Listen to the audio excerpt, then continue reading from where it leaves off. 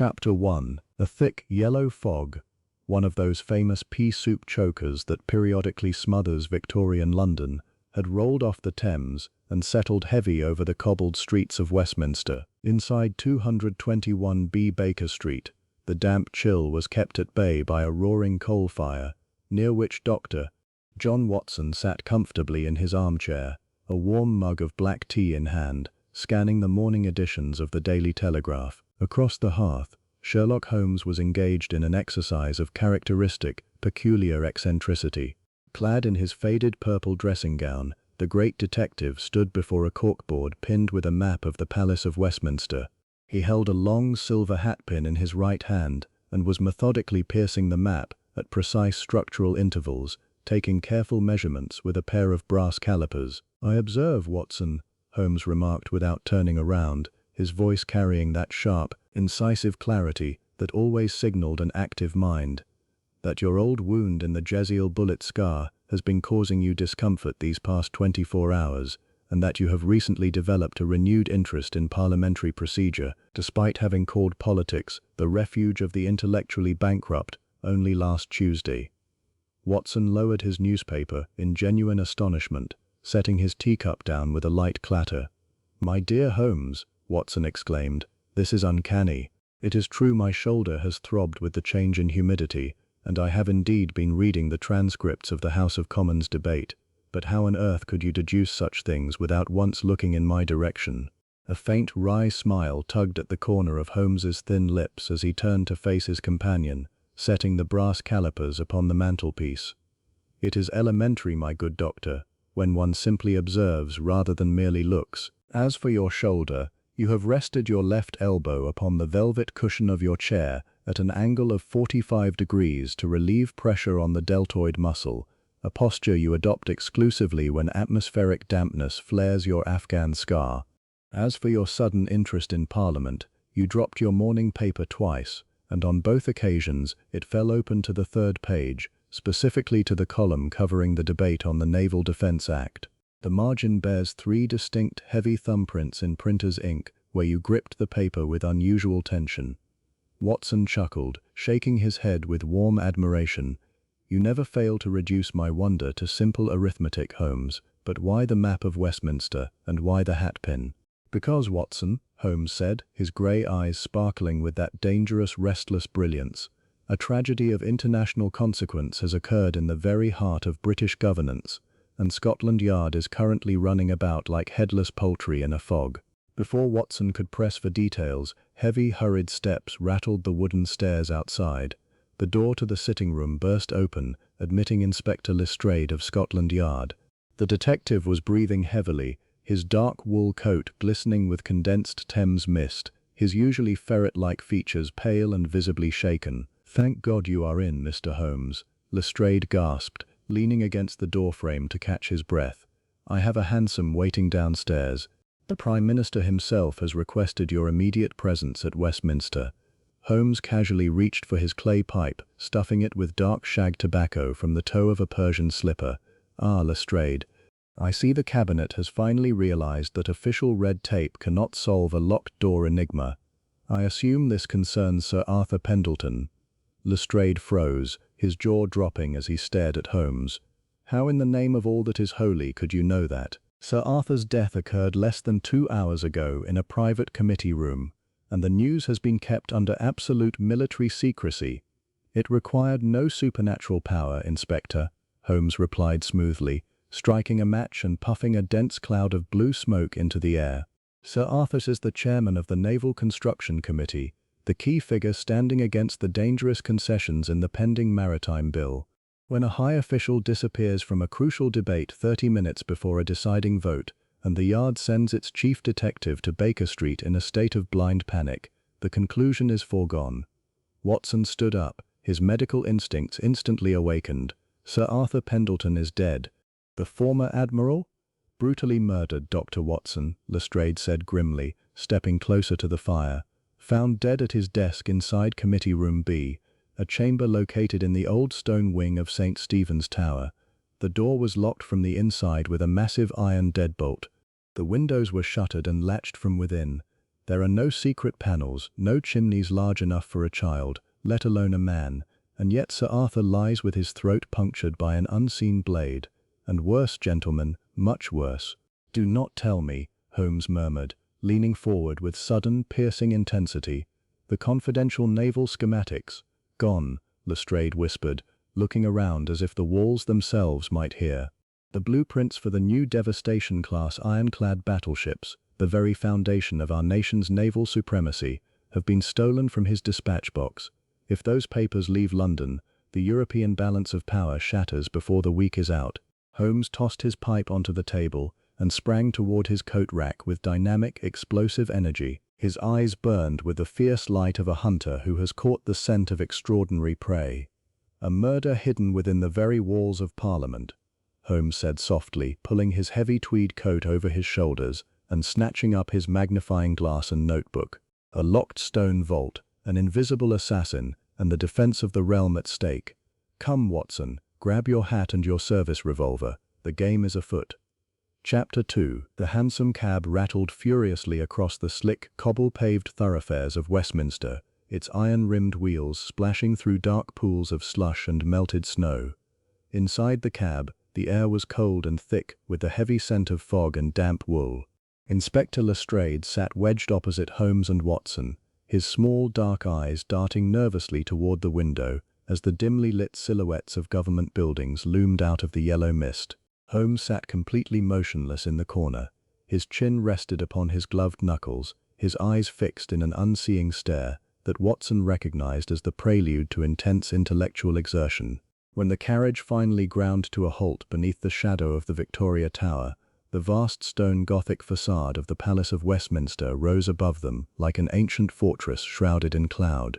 Uniformed constables and armed guards from the Coldstream Guards were stationed at every archway, their bayonets gleaming dully under the gas lamps. Lestrade quickly ushered the party through a side entrance near St. Stephen's Hall, leading them away from the echoing corridors of the main palace and down a narrow flagstone passage that belonged to the older medieval portion of the building. The air grew progressively colder and damp with every step, carrying the ancient, musty odor of damp riverstone, old parchment, and coal smoke. They arrived at a heavy oak door reinforced with wrought iron bands, outside of which stood two solemn-faced detectives from Scotland Yard. "This is Committee Room B, Mr. Holmes," Lestrade whispered, stepping forward to key open the heavy lock. "Nothing has been touched since my men forced the door 40 minutes ago. The body lies exactly as it was discovered." Holmes took a small bull's-eye lantern from Lestrade's hand, adjusted the brass shutter to narrow the beam of yellow light, and stepped into the room. Watson and Lestrade followed cautiously in his wake. The room was a medium-sized, high-ceilinged chamber lined with dark oak paneling and heavy leather-bound parliamentary volumes. A small arched stone hearth occupied one wall, containing a dying bed of grey coals that emitted a faint flickering heat. In the center of the room sat a massive mahogany writing desk, littered with scattered parchment, inkwells, and an overturned silver lamp. Sprawled backward across the high-backed leather armchair was the body of Sir Arthur Pendleton. He was a stout, distinguished man in his early 60s, dressed in a formal black frock coat and white waistcoat. His face was twisted into a hideous mask of surprise and pain, his sightless blue eyes staring blankly at the carved wooden beams of the ceiling. From the left side of his neck protruded a minute, wooden shaft no longer than a sewing needle, capped with a tiny tuft of dyed red thistledown. Around the tiny puncture wound, the flesh was discolored with a dark, bruised ring of purple and black. Holmes did not immediately approach the corpse. Instead, he dropped to his knees upon the stone threshold, bringing his face mere inches from the floor.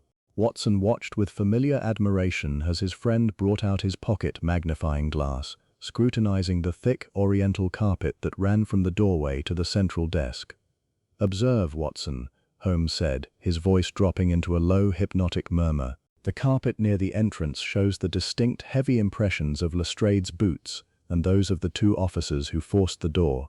But beneath those fresh marks, notice the faint, powdered traces of fine white dust." Watson leaned down over Holmes's shoulder, squinting into the yellow beam of the lantern. "Plaster dust." "Limestone powder," Holmes corrected, touching a grain of the white residue with his index finger and bringing it to his nose. Originating from the ongoing restoration work on the exterior facade of the river terrace, Sir Arthur walked through that section of the courtyard at precisely 2 o'clock this afternoon, as evidenced by the corresponding white smudges upon the heels of his boots. But look closely at the rest of the carpet between the desk and the door. Lestrade peered over Watson's back. "There are no other footprints, Mr. Holmes. That is precisely what baffles my men." Sir Arthur walked in, locked the heavy iron bolt behind him, sat down at his desk, and was struck down. No one else stepped upon this rug. Holmes stood up gracefully, sweeping his lantern beam around the perimeter of the chamber. He examined the windows, 2 tall, narrow Gothic lancets set deep within 3-foot thick stone walls.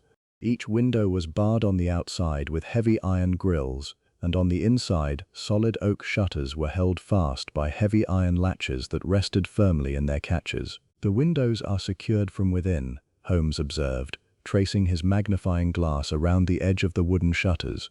"The dust upon the latches is undisturbed. No human hand opened these shutters today." "And the chimney?" Watson asked, turning his eyes toward the hearth.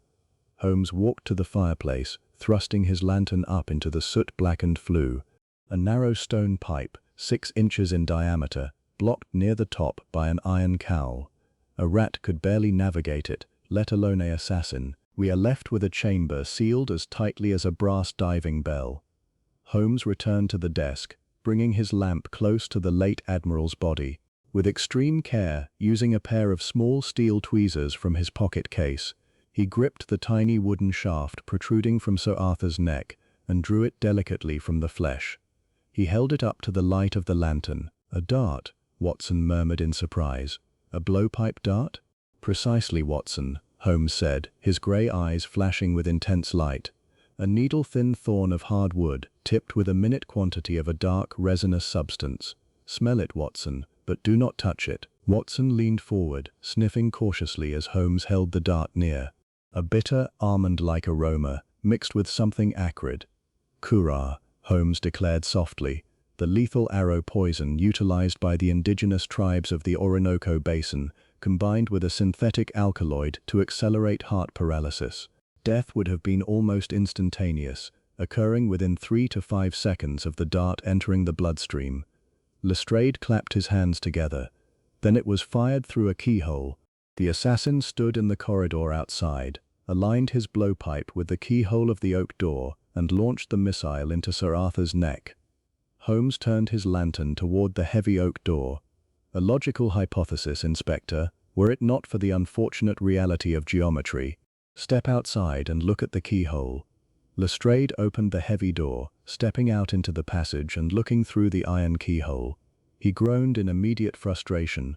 The keyhole was set at a height of 3 feet 6 inches above the floor, whereas the puncture wound on Sir Arthur's neck was situated at a height of 4 feet 8 inches above the ground as he sat in his chair. Furthermore, the thick mahogany back of the armchair was positioned directly between the door's keyhole and the Admiral's left shoulder, creating a total physical obstruction. "An arrow cannot curve around the back of a mahogany chair, Lestrade," Holmes said dryly. "The dart was launched from within this room, from a position located to the victim's immediate left, near that corner bookcase." Watson looked toward the dark oak bookcase indicated by Holmes. It was a massive piece of Victorian furniture, stacked high with dusty parliamentary reports and legal registers. "Then the killer was hiding in the room when Sir Arthur entered," Watson suggested. "He struck the Admiral, stole the naval schematics from the dispatch box, and—" Watson trailed off, looking around the unbroken stone walls in confusion, and then vanished into thin air. "That is the paradox, Watson," Holmes remarked, stepping closer to the dispatch box that sat open upon the writing desk. The box was made of heavy brass-bound steel, its lock showing no signs of force. The lid swung open smoothly on its hinges. Inside, several personal letters and parliamentary dockets remained untouched, but a distinct, clean rectangular space in the velvet lining indicated where a thick envelope had recently rested.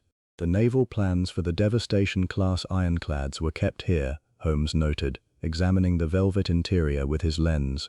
Sir Arthur opened the box himself. His key remains in the lock. He pulled out the schematics, laid them upon the desk, and was in the process of reviewing them when the fatal missile struck him.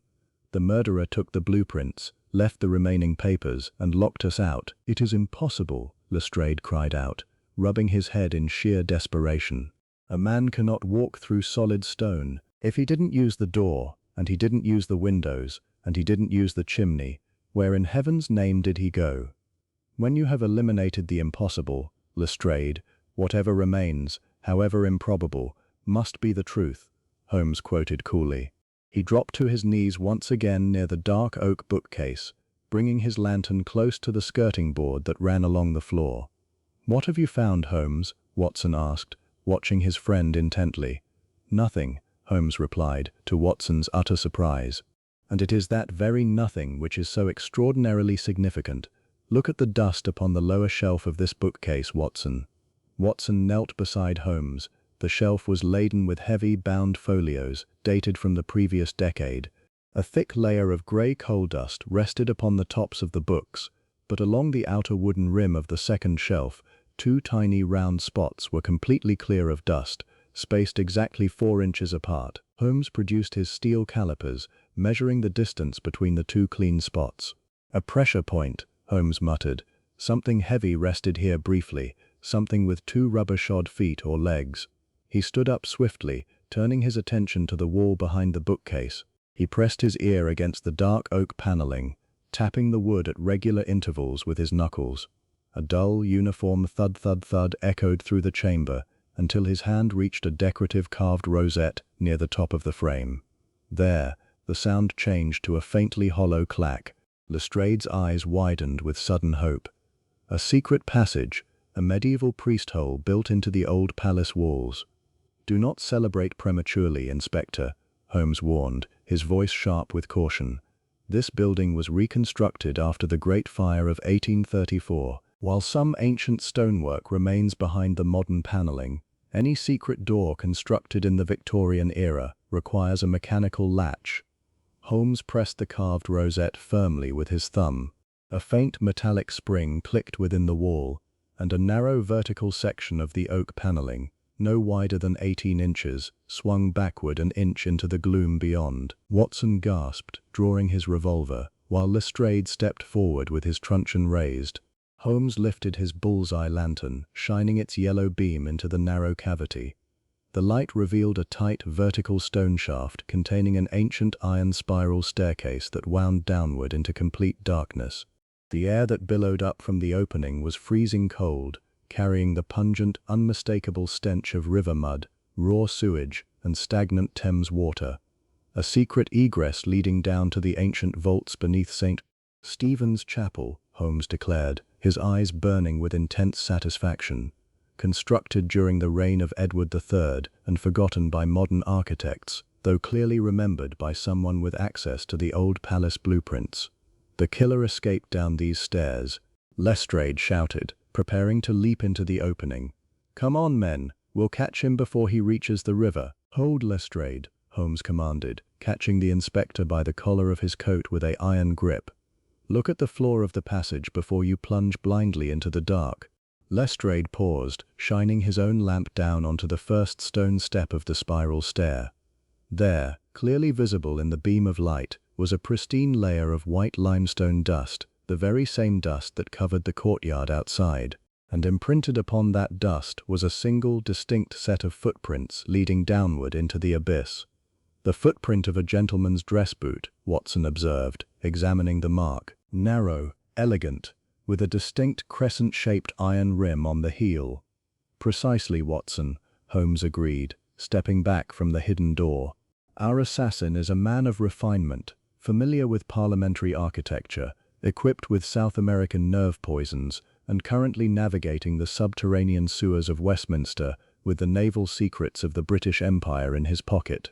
Holmes closed the hidden panel until it latched with a soft click, then turned to face Watson and Lestrade, his posture erect, his grey eyes shining with fierce resolve. "The mechanical secret of the locked room is solved," Holmes declared, his tone cold and clinical. "Now, gentlemen, we must turn our attention to the far more dangerous human element. The killer has a 30-minute start upon us, But he carries a prize that he cannot easily dispose of in the foggy streets of London. Come, Watson, our night has only just begun. Chapter 3. Leaving Committee Room B under the strict guard of Lestrade's subordinates, Sherlock Holmes, Dr. John Watson, and Inspector Lestrade retraced their steps through the subterranean passageway beneath St. Stephen's Tower. The discovery of the hidden spiral staircase had provided the physical key to the locked room mystery, but the air remained thick with tension as they mounted the wide stone stairs leading up into the main halls of the Palace of Westminster.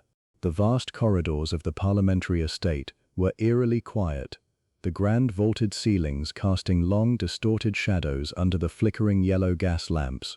The fog outside had pressed itself against the stained glass windows, muffling the distant sounds of London traffic into a low ghostly hum.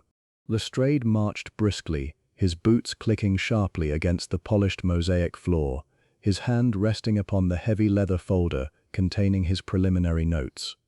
If the assassin went down into those medieval vaults, Mr. Holmes, he must have emerged somewhere along the river bank or through the old drainage outlets near the Victoria Tower Gardens. I have already dispatched a dozen constables to search the embankment, though in this soup of a fog, a man could slip onto a river launch and be halfway to Greenwich before we even know his name. He did not escape by river, Lestrade, Holmes said calmly, his long stride forcing the shorter inspector into a hurried shuffle. Consider the logistics of the crime. A man who possesses detailed architectural knowledge of a forgotten Edwardian passage does not rely upon the uncertain arrival of a river craft in a pea-soup fog. He operates within a carefully calculated environment where his presence excites no suspicion whatsoever. Our assassin is not a professional dockside thug. He is someone who moves freely within these very halls. Watson looked at his friend in surprise. You believe the murderer is still within the building, Holmes? I am certain of it, Watson, Holmes replied, pausing at the intersection of a wide, carpeted gallery lined with marble busts of past prime ministers. Recall the footprints on the spiral stairs, the crescent-shaped iron rim on the heel of a high-grade dress boot, the fine quality of the leather. The assassin wore full evening dress or parliamentary formal wear.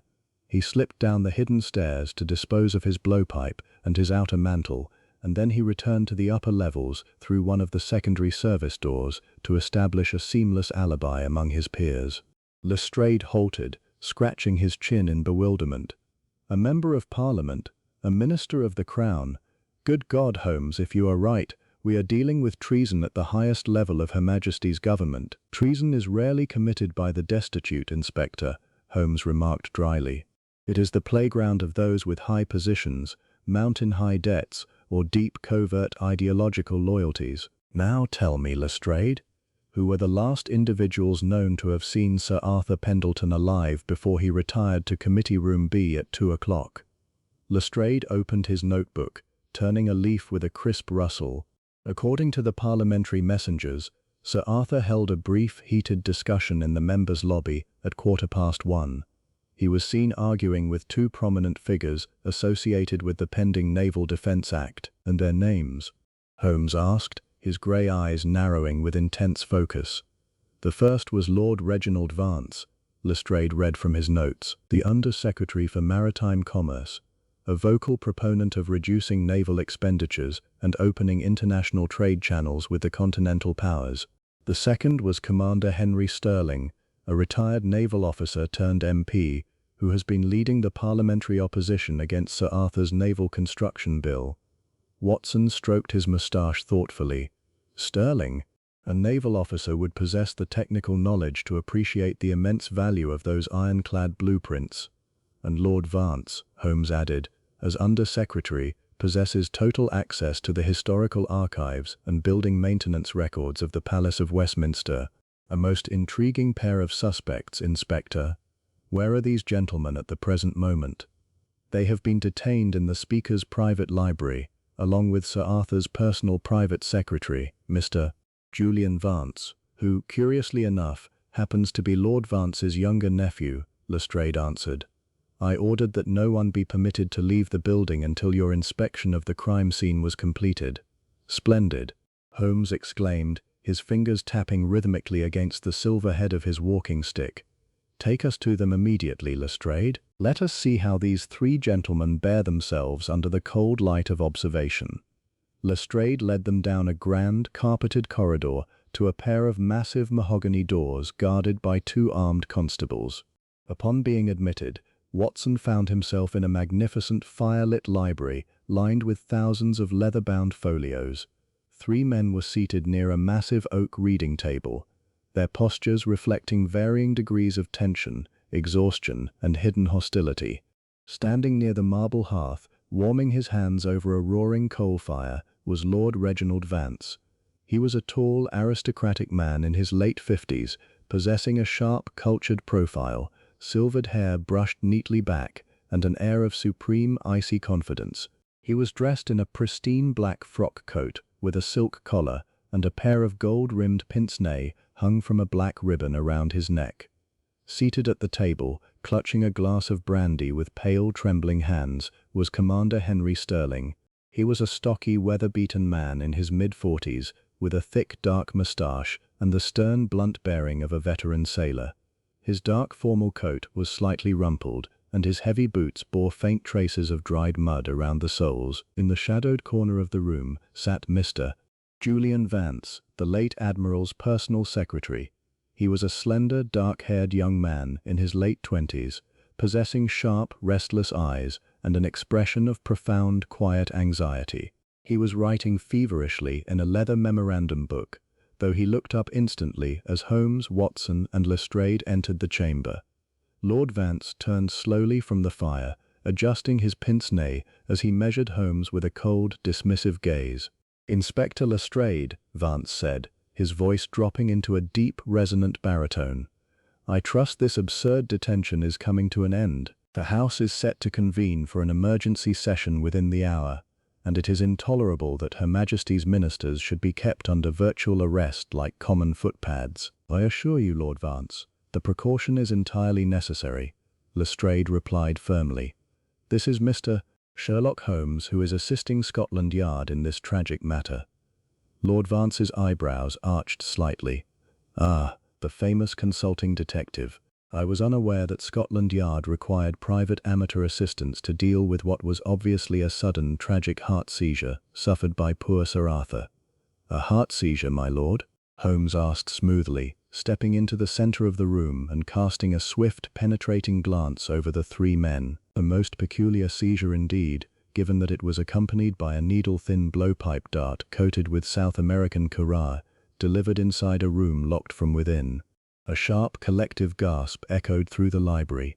Commander Sterling set his brandy glass down so hard that the amber liquid spilled across the polished oak table, while young Julian Vance dropped his silver pencil to the floor with a tiny metallic clatter. Lord Vance's face remained impassive, though a subtle tightening at the corners of his mouth betrayed his internal shock. "Murder?" Commander Sterling breathed, rising to his feet, his weathered face flushing with anger and disbelief. "Good God, Sir Arthur murdered in a locked committee room? That is impossible."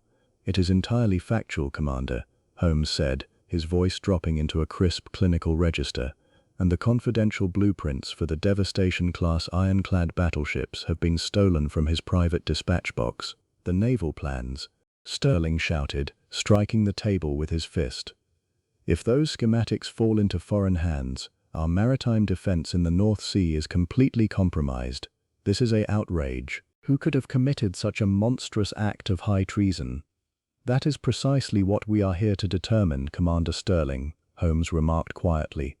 He began to walk slowly around the perimeter of the library, his keen grey eyes sweeping over the attire, hands and boots of the three men. "Tell me, Commander, you were heard engaging in a spirited, somewhat violent argument with Sir Arthur in the members' lobby at 1:15. What was the subject of that dispute?" Sterling drew himself up, his jaw set in a hard line. "I make no secret of my political differences with Sir Arthur, Mr. Holmes. I believed his naval bill was reckless, expensive, and ill-conceived. I argued with him passionately because I love my country and I believed his policies were wrong. But I am a Sir of the Royal Navy, sir. I do not strike a man in the dark with poisoned needles." "And where were you between 2 o'clock and 3 o'clock this afternoon, Commander?" Holmes asked, stopping before the desk. "I was in the parliamentary refreshment rooms, having lunch," Sterling answered promptly. "The waiters can verify my presence, though I was seated alone in a corner booth for part of the time. An alibi that relies upon busy waiters in a crowded dining hall is always open to interpretation," Holmes noted softly. He turned his attention to Lord Reginald Vance. "And you, my lord? What was the nature of your conversation with the late Admiral shortly before his death?" Lord Vance adjusted his cuffs with meticulous care. "Sir Arthur and I were discussing the commercial implications of the naval bill. I urged him to reconsider his stubborn opposition to our proposed trade compromises. When he refused, our discussion ended. I left him at 1:30 and spent the next hour in the minister's anteroom reviewing state correspondence with my nephew Julian." "Is that correct, Mr. Vance?" Holmes asked, turning suddenly toward the young private secretary in the corner. Julian Vance started, clearing his throat nervously as he stood up. "Yes, Mr. Holmes. My uncle was with me in the anteroom from 20 minutes past 1 until nearly 3 o'clock. He never left my sight for more than a few moments when he stepped out to fetch a reference file from the clerk's office." Watson, watching the exchange closely from beside the door, noticed that Holmes's eyes had suddenly fixed upon Julian Vance's left hand. The young man was wearing a fine gold signet ring on his pinky finger, but around the cuff of his dark blue woolen coat, Watson caught the microscopic glint of a tiny white stain. Holmes stepped closer to Julian Vance, bringing his sharp face mere inches from the young man's coat sleeve.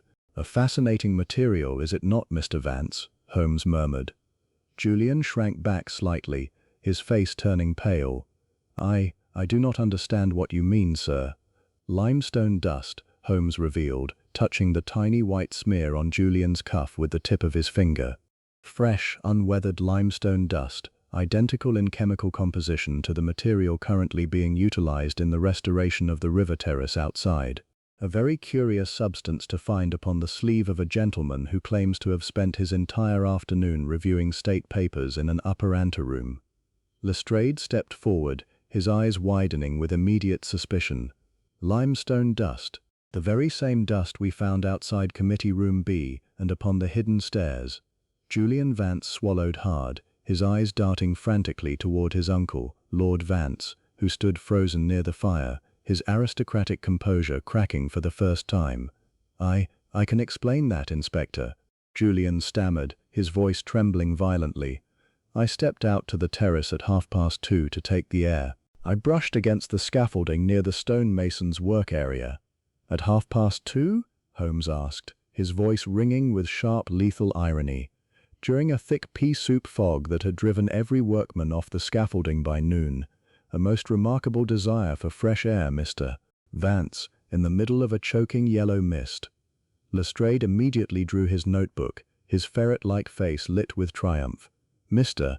Julian Vance, you had access to Sir Arthur's keys as his private secretary. You have no valid alibi for the time of the murder, and you bear the very limestone dust from the secret egress upon your sleeve. I advise you to come with me quietly for further interrogation."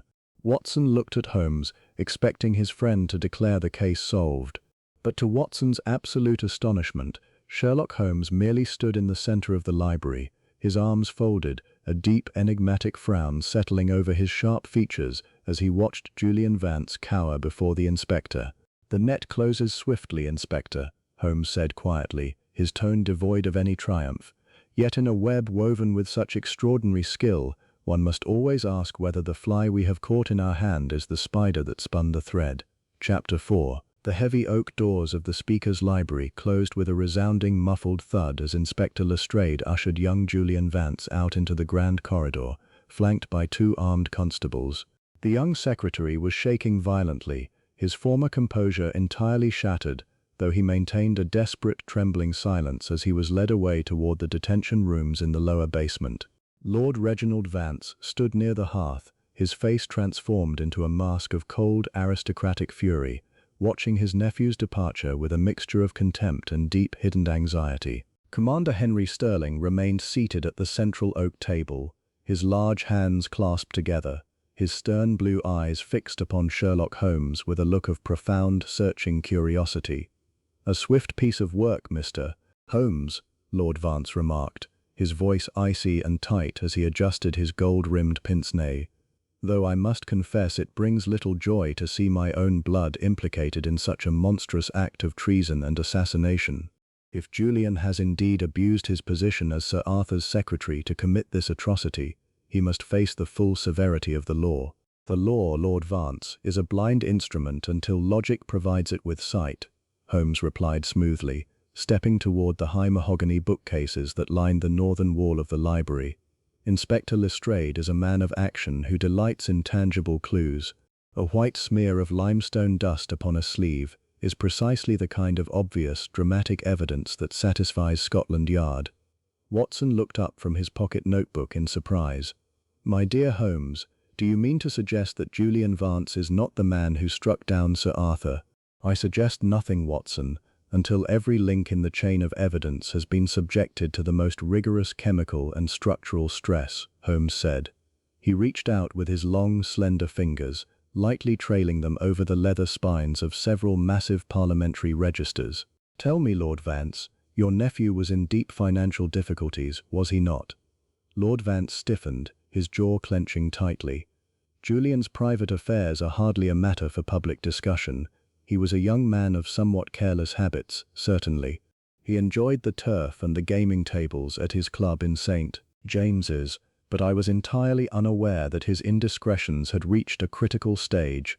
A debt of £4,000 to a syndicate of high-stakes moneylenders in the East End can hardly be called a minor indiscretion," Holmes noted coldly, pulling a small folded piece of paper from his waistcoat pocket.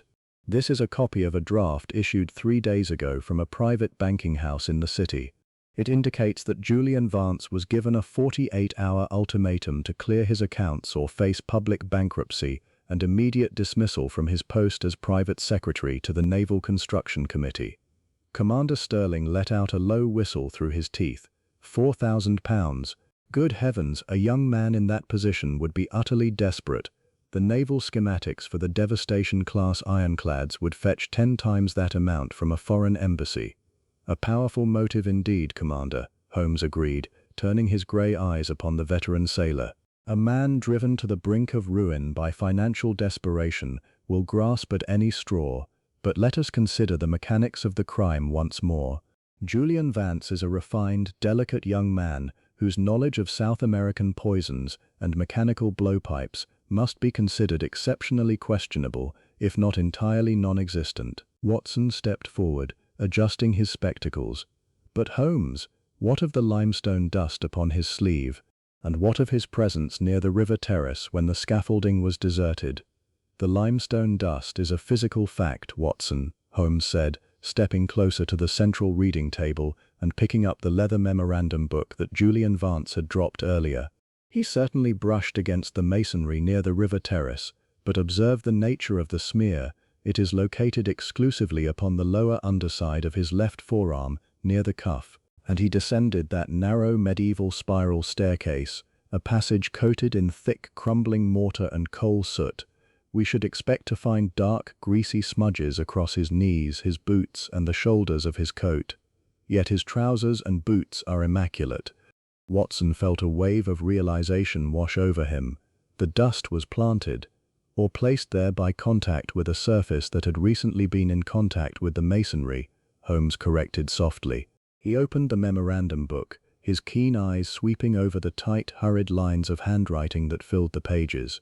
"Julian Vance went down to the river terrace at 2:30, not to descend a secret spiral staircase, but to keep a secret meeting with an intermediary. Look at this entry dated this very morning. Tea at terrace, 2:30. Bring the keys or all is lost." "Tea?" Commander Sterling repeated, leaning across the table to peer at the notebook. "Who is T?" "That is the vital question," Holmes said, shutting the notebook with a sharp snap.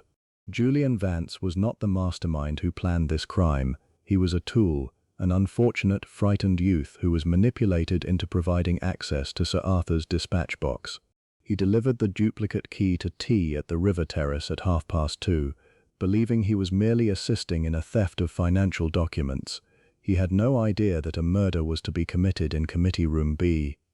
Lord Vance took a sharp breath, stepping away from the fire. "If my nephew was merely a dupe, Mr. Holmes, then the real assassin, the man T, is still at large within this building." "Precisely," Holmes declared, "and he is a man of extraordinary cunning. Consider how neatly the trap was constructed. The assassin knew of Julian's crushing debts. He used those debts to force the young man into surrendering the key. He then utilized the forgotten medieval passage to enter Committee Room B, delivered the lethal blowpipe dart with terrifying accuracy, extracted the ironclad blueprints, and slipped back down into the subterranean vaults, leaving behind just enough circumstantial evidence to ensure that Scotland Yard would arrest Julian Vance before the hour was out." "A brilliant, devilish design," Sterling murmured, shaking his head. "It leaves the real traitor completely invisible while the police celebrate an easy arrest." "It would be invisible, Commander, were it not for a single microscopic error which the murderer committed in the darkness of that locked room," Holmes said, his voice dropping into a tone of quiet, lethal intensity. Watson looked at his friend with sudden eagerness. "A secret clue, Holmes. You found something in Committee Room B that you did not reveal to Lestrade?" Holmes reached into his coat pocket and withdrew a small, clear glass vial. Inside the tube, resting upon a pad of white cotton wool, was a tiny jagged fragment of dark, hardened wax, no larger than a grain of rice. He held it up to the light of the gas lamp, where it glowed with a faint, amber luminescence. "What is that?" Lord Vance asked, squinting through his pince-nez at the small vial. "That, Lord Vance, is a fragment of high-grade sealing wax," Holmes explained, holding the tube carefully between his thumb and forefinger. "It did not come from Sir Arthur's desk, where the wax utilized was of the standard red government variety supplied to Her Majesty's Stationery Office. I discovered this minute fragment adhering to the brass latch of the secret oak panel behind the bookcase, the very panel that opened onto the medieval spiral staircase." Watson stepped closer, examining the amber fragment. "Sealing wax on the secret door mechanism. Why would the killer be handling wax while opening a hidden panel?" "He was not merely handling wax, Watson. He was taking an impression," Holmes revealed, his grey eyes flashing with fierce intellectual delight. The secret panel was held fast by a complex multi-lever brass spring lock constructed during the structural renovations of 1840. To open it quickly from the outside, without triggering an alarm, one required a specific, custom-cut key. The assassin did not possess that key prior to today. He brought a small block of softened amber modeling wax in his pocket, pressed it against the internal lock mechanism while inside the room, and used it to secure a perfect template of the keyway. Sterling frowned, his brow furrowing in confusion. "Wait a moment, Mr. Holmes. If he needed to take an impression of the keyway while inside the room, how did he get into Committee Room B in the first place?" "He entered through the main oak door, my dear Commander," Holmes answered, his voice ringing with absolute certainty. "He walked in through the front entrance, using the duplicate key supplied by young Julian Vance. He entered the room while Sir Arthur was seated at his desk, engaged the internal deadbolt behind him to ensure they would not be interrupted, and then struck the Admiral down with his silent blowpipe dart." "Good God!" Watson exclaimed. "Then Sir Arthur knew his killer. He allowed the man to enter the room without raising an alarm." "Precisely, Watson," Holmes cried, clapping his hands together. "Sir Arthur did not reach for his pistol, nor did he cry out for help, because the man who entered Committee Room B was a person of high official standing, someone whose presence in a private committee room during a crucial parliamentary debate was entirely natural and expected." Lord Vance's face turned a pale, chalky white. "Are you implying, Mr. Holmes, that an official of the Crown walked into that room?" "The physical facts permit no other interpretation," Holmes said, cold and sharp. "The murderer entered by the door, locked it from the inside, murdered Sir Arthur, stole the naval schematics, and then used his pre-prepared wax impression to unlock the medieval secret panel, escaping down the spiral stairs into the subterranean vaults. But in his haste to pull the secret door shut behind him, his sleeve caught upon the iron latch, breaking off this minute fragment of amber wax from his pocket." Holmes replaced the glass vial in his coat pocket, stepping back to face Lord Vance and Commander Sterling with an expression of formidable, unyielding authority. "The man T is a person who possesses a knowledge of chemistry, has access to the highest levels of government, wears high-grade dress boots with crescent iron heels, and carries upon his person or in his private chambers the remaining block of amber modeling wax used to take that lock impression, Holmes declared. He believes he has succeeded. He believes Julian Vance will take the gallows for his crime, while he himself prepares to deliver the devastation-class blueprints to a foreign power before the night is out. Commander Sterling stood up, pulling his heavy naval coat around his broad shoulders, his face set in a grim, resolute line. "If what you say is true, Mr. Holmes, we must search every private office and ministerial suite in Westminster immediately. The foreign embassies in Belgravia will be waiting for those plans. A general search would only alert the rat that his trap has been discovered, Commander," Holmes warned, holding up a restraining hand. "A clever predator does not hunt a fox by tearing down the forest. He sits quietly beside the earth and waits for the fox to make his run."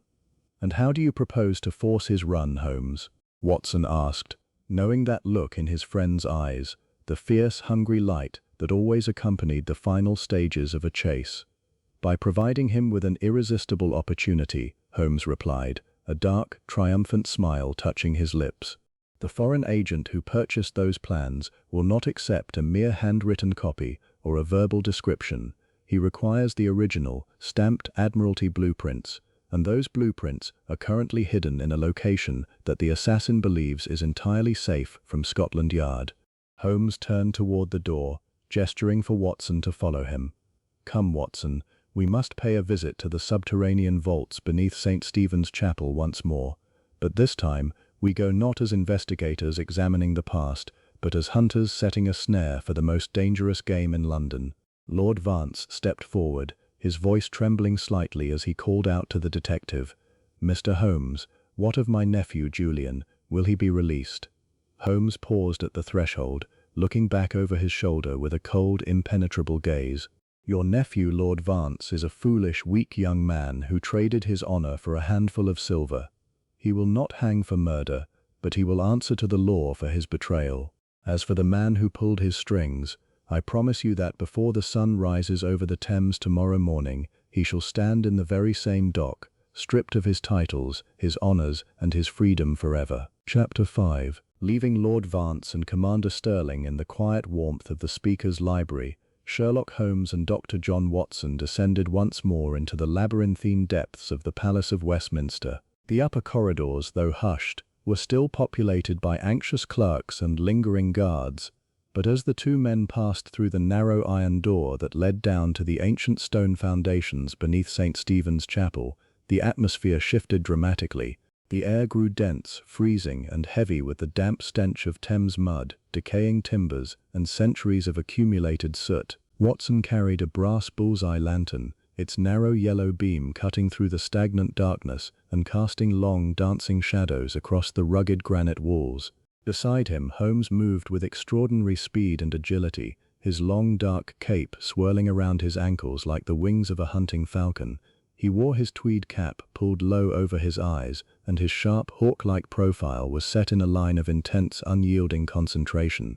"Keep your service revolver ready, Watson," Holmes cautioned in a low, resonant whisper that echoed softly down the vaulted stone passage. "We are entering a realm where official authority means nothing. A man who has already committed murder and treason to secure £100,000 will not hesitate to put a bullet through a doctor or a detective if he feels the rope tightening around his throat." Watson adjusted his grip on the solid butt of his Webley revolver in his coat pocket. "I am ready, Holmes, but tell me, are you truly convinced that the stolen naval blueprints are still hidden down here in these medieval vaults? Surely the assassin would have carried them out of the building when he made his escape." "Consider the physical realities of the evening, my dear Watson," Holmes replied, pausing at the foot of a winding stone staircase where the air tasted of salt and river sewage. When the assassin descended from Committee Room B at 2:15, London was already gripped by a pea-soup fog so dense that river traffic was suspended and the streets were practically impassable. To carry a bulky waterproofed leather document case containing the master blueprints of the devastation-class ironclad through a city crawling with police and military patrols would have been an act of supreme recklessness. "So he stashed them here?" Watson asked, shining his lantern over the dripping archway ahead. "Precisely," Holmes declared, stepping into a long, low-ceilinged crypt lined with ancient stone pillars and rusted iron storage racks. He knew that Scotland Yard's attention would immediately be focused upon the upper rooms, the parliamentary corridors, and the immediate surroundings of Sir Arthur's corpse. By depositing the blueprints in a secure, hidden nook within these vast, forgotten subterranean vaults, he freed himself to return to the upper floors entirely unencumbered. He established his alibi, watched Julian Vance take the blame for the theft, and waited for the night to progress. And now he must retrieve them, Watson realized, the full genius of Holmes's reasoning dawning upon him. He cannot leave the Admiralty blueprints in a damp cellar indefinitely, nor can he complete his transaction with his foreign buyer without delivering the original papers. "Spot on, Watson," Holmes said, his grey eyes flashing with fierce satisfaction in the lantern light. He knows that Inspector Lestrade has arrested Julian Vance and believes the case is effectively closed. He expects the guards to be relaxed, the cordon to be lifted, and the attention of the authorities to wane as the night wears on. Between now and midnight, when the tide turns on the Thames and a private launch can navigate the fog under cover of darkness, our assassin will descend into these vaults one final time to recover his prize. Holmes dropped to his knees upon the damp flagstones, pulling his pocket magnifying glass from his waistcoat. The floor of the crypt was constructed of rough, uneven granite blocks, covered in a thin, greasy coating of mud and fine river silt deposited by past floods. Watson brought the lantern low, illuminating the ground before the detective's searching gaze. "Look here, Watson," Holmes murmured, pointing his slender finger at a series of faint, distinct impressions in the dark silt. "The footprints lead from the base of the spiral staircase, through this central crypt, and toward the rear brick wall where the ancient drainage sluice opens into the Thames." Watson leaned down, scrutinizing the marks. "They match the prints we found on the spiral stairs. The same narrow dress boot with the crescent iron heel." "Indeed," Holmes noted, his eyes scanning the floor with methodical precision. "Notice the depth of the stride. When he descended from Committee Room B, he was moving with rapid, hurried steps. But here, near the central stone pillar, he paused. The prints overlap, showing that he turned around and reached upward toward the carved stone capital of the pillar." Holmes stood up gracefully, directing the beam of Watson's lantern toward the top of the nearest granite column. The capital was ornately carved in the Norman style, featuring deep hollowed-out stone grotesques and recessed foliage that sat 8 feet above the floor. Holmes reached up with his long arm, his fingers probing the dark, shadowed hollows behind a carved stone gargoyle. A second later, he withdrew his hand with a soft, satisfied exclamation. Held within his fingers was a flat, heavy rectangular packet, wrapped tightly in dark, oil-slicked canvas and bound with heavy hemp twine. Watson gasped, stepping back in astonishment. "The blueprints, the naval plans for the devastation." "The very same, Watson," Holmes said, his voice dropping into a tone of quiet triumph.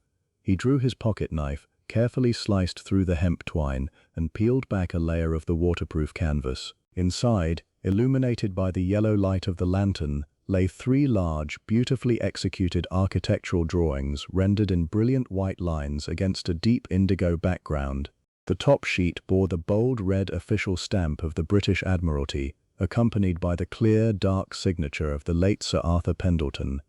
"Good God, Holmes," Watson breathed, staring at the priceless military schematics that dictated the maritime supremacy of the British Empire. "You have found them. The nation is saved." "The plans are recovered, Watson, which satisfies the demands of the Admiralty," Holmes said, carefully folding the oilskin back over the precious documents. "But my task is not complete until the traitor who struck down Sir Arthur Pendleton with a poisoned dart stands in chains before the bar of justice. If we simply take these plans and present them to Lestrade now, our murderer will realize he has been outmaneuvered.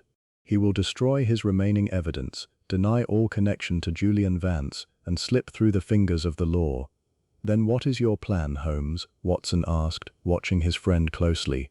"We shall replace the prize, Watson, but with a slight alteration that will serve as our trap," Holmes revealed, a dark, dangerous smile playing across his lips. He reached into his heavy tweed coat, pulled out a stack of blank white foolscap paper, and several folded parliamentary reports from his pocket, and deftly wrapped them inside the original oilskin canvas. He tied the hemp twine back around the bundle with meticulous care, restoring the packet to its exact former appearance. He then reached up and deposited the decoy bundle back into the hollow recess behind the stone gargoyle, 8 feet above the floor. "And the real blueprints?" Watson inquired. "They shall remain securely inside my inner coat pocket until they are delivered directly into the hands of the First Lord of the Admiralty," Holmes replied, buttoning his tweed coat tightly over his chest. "Now, Watson, we must construct our snare." Holmes swept his lantern beam around the vast, gloomy crypt, selecting a deep, shadowed alcove situated behind a double row of ancient iron storage racks, roughly 20 feet from the central pillar. The alcove was piled high with broken stone masonry and empty wooden crates, providing complete concealment for 2 men while offering an unobstructed line of sight toward the stone pillar and the gargoyle. "We shall wait here, Watson," Holmes whispered, stepping into the dark recess and gesturing for his friend to join him. "It is currently 10:30. The murderer cannot delay his departure past midnight, for his foreign contact will be waiting near the Westminster Pier. Extinguish the lantern." Watson turned the brass shutter, cutting off the yellow beam and plunging the crypt into absolute pitch-black darkness. The silence that settled over the subterranean vault was heavy, cold, and suffocating. The only sounds that broke the stillness were the steady, slow dripping of water from the stone ceiling, the distant, muffled rumble of a coal barge passing along the Thames, and the faint scuttling noises of river rats moving among the wooden crates. The damp chill seeped through Watson's heavy woolen coat, making his boots feel like blocks of ice against the flagstones. But beside him, Sherlock Holmes stood as rigid and motionless as a statue carved of marble. Minutes bled into hours in the dark. Watson felt his shoulder aching with that familiar dull throbbing brought on by the damp subterranean air, but he kept his hand firmly wedged inside his coat pocket, his fingers resting on the cold steel of his revolver. He knew that in this dark tomb beneath the halls of Parliament, they were playing a game where a single misstep or a sudden sound could mean a poisoned dart in the dark. At 20 minutes past 11, a faint, almost imperceptible sound echoed down from the far end of the crypt. It was the soft, metallic click of a heavy iron latch being lifted, followed by the slow, creaking groan of a door moving upon dry hinges. Holmes's hand touched Watson's arm with a gentle, warning pressure. Watson froze, his breath catching in his throat, his senses straining against the darkness. A thin, fragile pencil of yellow light suddenly appeared at the entrance of the crypt. It danced across the damp granite floor, wavering slightly as whoever carried the light stepped cautiously into the chamber. The footfalls were slow, deliberate, and practically silent, but as the figure drew closer to the central pillar, the faint, crisp crunch of grit beneath a leather sole was clearly audible. The beam of light swung upward, illuminating the carved stone capital of the column and the grotesque face of the Norman gargoyle. The figure carrying the lamp stepped into the full light reflected off the stone wall. He was dressed in a dark, heavy Inverness cape, his face shadowed beneath the brim of a black felt hat. But as he reached up with his right arm toward the hollow recess behind the gargoyle, the draught from the subterranean passage caught his mantle, blowing it back to reveal the fine, silk-lined coat of formal evening dress beneath. And on the back of his right hand, clearly visible in the bright beam of his own lantern, was a long, thin white scar running from his knuckle to his wrist, a scar that Watson recognized instantly as the mark of a veteran naval officer. Commander Henry Sterling reached into the hollow recess, his fingers closing around the oilskin packet. A low, raspy chuckle of triumph escaped his lips as he pulled the bundle down into the light. "Searching for this, Commander Sterling," a voice rang out like a trumpet blast through the silent crypt. Before the officer could react, Holmes stepped smoothly out of the shadowed alcove, his bull's-eye lantern flashing open with a brilliant, blinding beam of white light that caught Sterling directly in the face. Commander Sterling gasped, dropping his lamp to the floor with a shattering crash of glass, while his left hand darted toward his coat pocket with lightning speed, pulling a long, gleaming brass tube from his breast. "Watch his hands, Watson," Holmes shouted, springing forward with extraordinary power and agility. Sterling raised the brass blowpipe to his lips, aligning it with Holmes's chest, but before he could launch the lethal dart, Watson fired his revolver into the stone floor at the officer's feet. The deafening roar of the gunshot echoed like a cannon blast through the enclosed vault, the flash illuminating the grim, desperate face of the traitor. The shock of the detonation caused Sterling to flinch for a fraction of a second, and that fraction was all Sherlock Holmes required.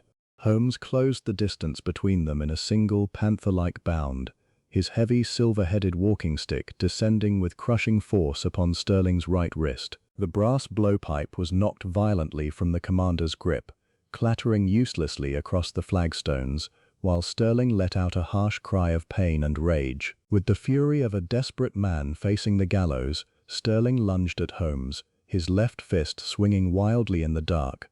But Holmes slipped under the blow with practiced ease, caught the officer by the lapels of his heavy cape, and executed a swift, expert hip throw that sent the stocky naval veteran crashing heavily onto his back upon the granite floor.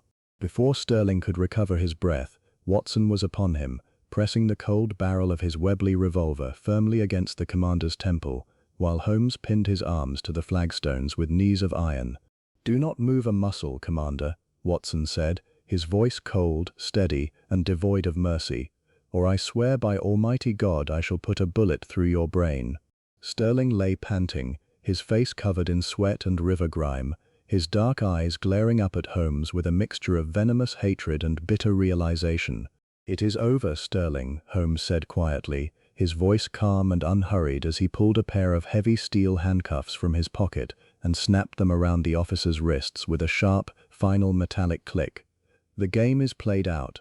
The Admiralty blueprints are safe, your blowpipe is in our possession, and your treachery against the Crown is at an end." Holmes stood up, dusting off his trousers, before reaching down to pick up the oilskin packet that had fallen from Sterling's grip. He peeled back the canvas, revealing the blank white paper within, and held it before the trapped traitor's eyes. "A simple decoy, Commander," Holmes remarked, a cool, satirical smile touching his lips. "The original plans are currently resting securely inside my coat. You have traded your honor, your career, and your life for a bundle of worthless parliamentary scrap paper." Heavy, frantic footfalls echoed down the subterranean passage, accompanied by the bright, chaotic flashing of multiple lanterns. Inspector Lestrade and 4 armed constables burst into the crypt, their weapons drawn, their faces pale with alarm following the sound of Watson's gunshot. "Mr. Holmes, Dr. Watson," Lestrade gasped, stopping dead in his tracks as his light fell upon the bound figure of Commander Henry Sterling lying on the floor.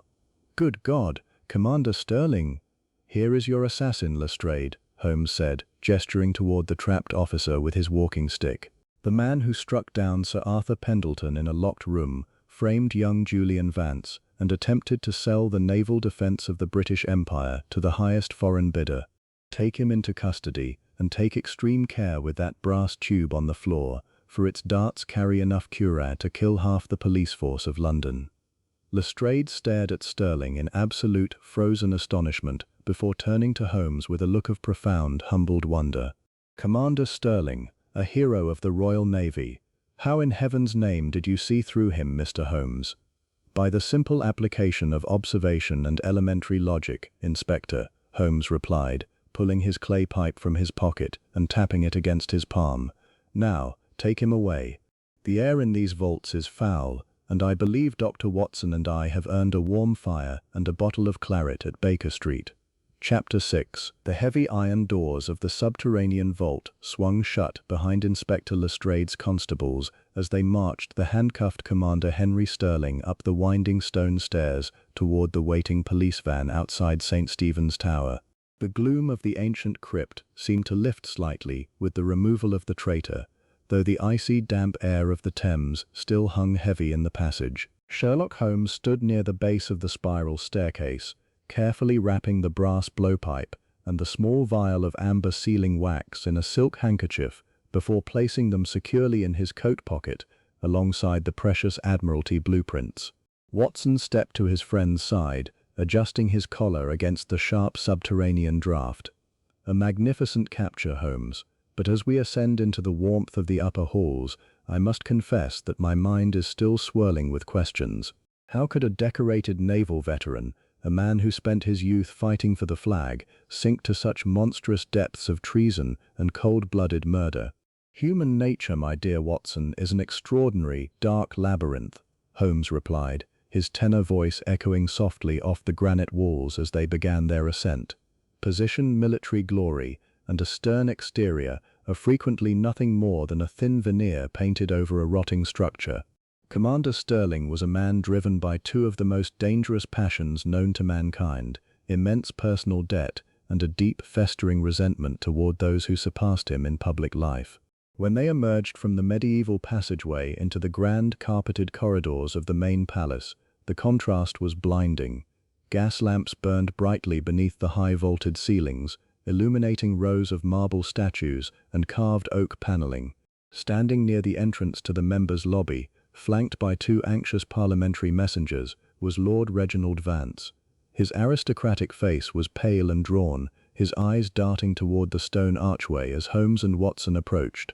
"Mr. Holmes," Lord Vance exclaimed, stepping forward with his hands outstretched. "Inspector Lestrade passed through moments ago with Commander Sterling in chains. Is it true? Was Sterling indeed the architect of this horrible tragedy?" "It is entirely true, Lord Vance," Holmes said, pausing near a high-stained glass window that reflected the pale moonlight through the clearing mist. "Commander Sterling was the assassin who entered Committee Room B, delivered the lethal poison dart, and removed the naval blueprints from Sir Arthur's dispatch box." Lord Vance let out a long, trembling breath, sinking against the carved wooden wainscoting as if a massive weight had been lifted from his chest. "Thank God. Thank God. Then my nephew Julian, he had no hand in the Admiral's death?" "Your nephew was a foolish, desperate pawn, Lord Vance, but he is no murderer," Holmes clarified firmly. "He yielded to Sterling's blackmail regarding his gaming debts and supplied the duplicate key to the committee room door, believing he was merely facilitating a confidential review of financial papers. He had no knowledge that Sir Arthur was to be struck down. I have already advised Lestrade that while Julian must face judicial scrutiny for his breach of official trust, the charge of willful murder against him must be formally dropped." "I am deeply in your debt, Mr. Holmes," Lord Vance murmured, his voice cracking with genuine emotion. "You have saved an innocent life from the gallows and preserved what remains of my family's honor." "I serve only the truth, Lord Vance," Holmes replied with a cool, measured bow. "And now, if you will excuse us, Dr. Watson and I must return to Baker Street. The blueprints of the Devastation-class ironclad are safe within my coat, and I intend to deliver them personally to the First Lord of the Admiralty at 9 o'clock tomorrow morning." Leaving the shaken minister to attend to his nephew's legal release, Holmes and Watson stepped out of the great archway of the Palace of Westminster and into the crisp, midnight air. The thick pea-soup fog that had blanketed London throughout the afternoon had finally begun to fracture under a cold north wind, revealing patches of dark, starlit sky above the towers of Parliament. A private four-wheeler cab was waiting by the gates, its brass lamps casting twin beams of yellow light across the icy cobblestones. "Baker Street, cabby, and drive briskly," Watson called out as they climbed into the dark, leather-upholstered interior. As the carriage horses set off at a steady trot, their iron shoes ringing sharply against the pavement, Watson settled back into his seat and turned to Holmes, who sat in the opposite corner, staring thoughtfully out at the dimly lit facades of Whitehall. "Now, Holmes," Watson urged, leaning forward with his hands resting upon his knees. "The hour is late, but you must unravel the full tapestry for me. How did you know that Commander Sterling was the true culprit when every piece of circumstantial evidence, the limestone dust, the duplicate key, the financial panic, pointed so damningly toward young Julian Vance?" Holmes pulled his clay pipe from his pocket, filled it with a small pinch of shag tobacco, and struck a match, the small yellow flame illuminating his sharp, hawk-like features in the shadows of the cab. "It was a case, Watson, where the very perfection of the circumstantial evidence against Julian Vance was the primary reason for rejecting it," Holmes began, blowing a neat ring of grey smoke toward the carriage ceiling. "Consider the artifice of the crime. We were presented with a locked-room mystery of extraordinary sophistication, a poisoned dart delivered by a silent blowpipe, a hidden medieval passage, a timed escape through subterranean vaults. Is it logical to believe that a weak, nervous young secretary who panics at the drop of a pencil could conceive and execute so daring, so complex, and so ruthless a design? No, Watson admitted. Julian Vance lacked both the nerve and the intellect for such an enterprise. Precisely, Holmes continued, his grey eyes sparkling with logical fervor. Therefore, I looked for a master mind, a man possessing military nerve, familiarity with exotic weaponry, and a deep knowledge of the physical layout of Westminster. Commander Sterling possessed all three. As a former naval officer who had served in the South American station during his early career, he was one of the few men in London who would be intimately familiar with the properties of curare and the silent lethality of the blowpipe. "Ah," Watson exclaimed, striking his knee. "His naval service in South America. I had forgotten his early logbook entries." "Observation, my dear Watson, combined with historical context," Holmes said smoothly. "Furthermore, consider the political dynamics. Sterling was the leader of the parliamentary opposition to Sir Arthur's Naval Construction Bill. Publicly he fought the bill on grounds of national economy, but my private inquiries earlier this week revealed that Sterling was heavily invested in a rival shipbuilding syndicate in Glasgow, a syndicate that stood to lose hundreds of thousands of pounds if Sir Arthur's preferred ironclad designs were approved by the Admiralty." Watson shook his head in disgust. Greed and professional jealousy working hand in hand. A most toxic combination, Holmes agreed. Sterling was approached 3 weeks ago by an agent representing a continental naval power. They offered him £50,000 in gold for the master schematics of the Devastation-class ironclad. Driven by his impending bankruptcy and his hatred for Sir Arthur, Sterling accepted the treasonous commission. He discovered young Julian Vance's gaming debts, applied ruthless pressure, and forced the boy to provide a duplicate key to Committee Room B. "And the limestone dust?" Watson asked. "How did that fit into his calculations?" "That was Sterling's most subtle misdirection," Holmes explained, tapping the amber stem of his pipe against his teeth. "Sterling knew that the river terrace was undergoing stone restoration.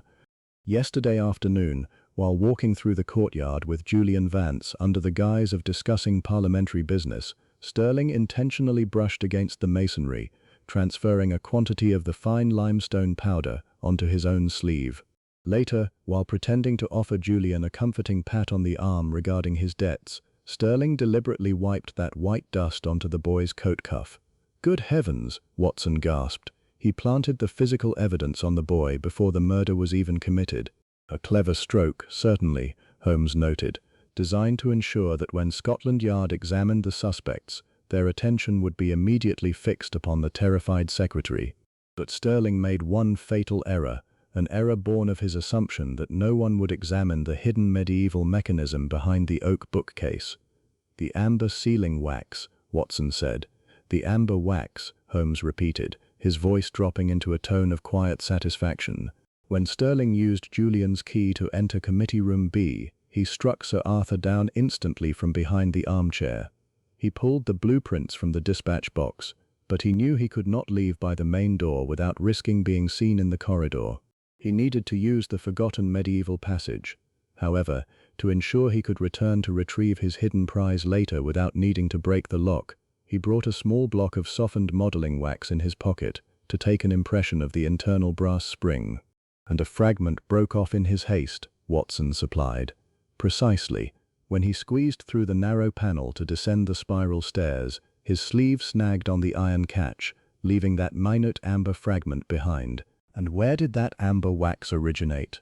"From the private desk of the Parliamentary Maritime Committee, a desk utilized exclusively by Commander Sterling during his morning committee sessions." Watson looked at his friend with unreserved admiration.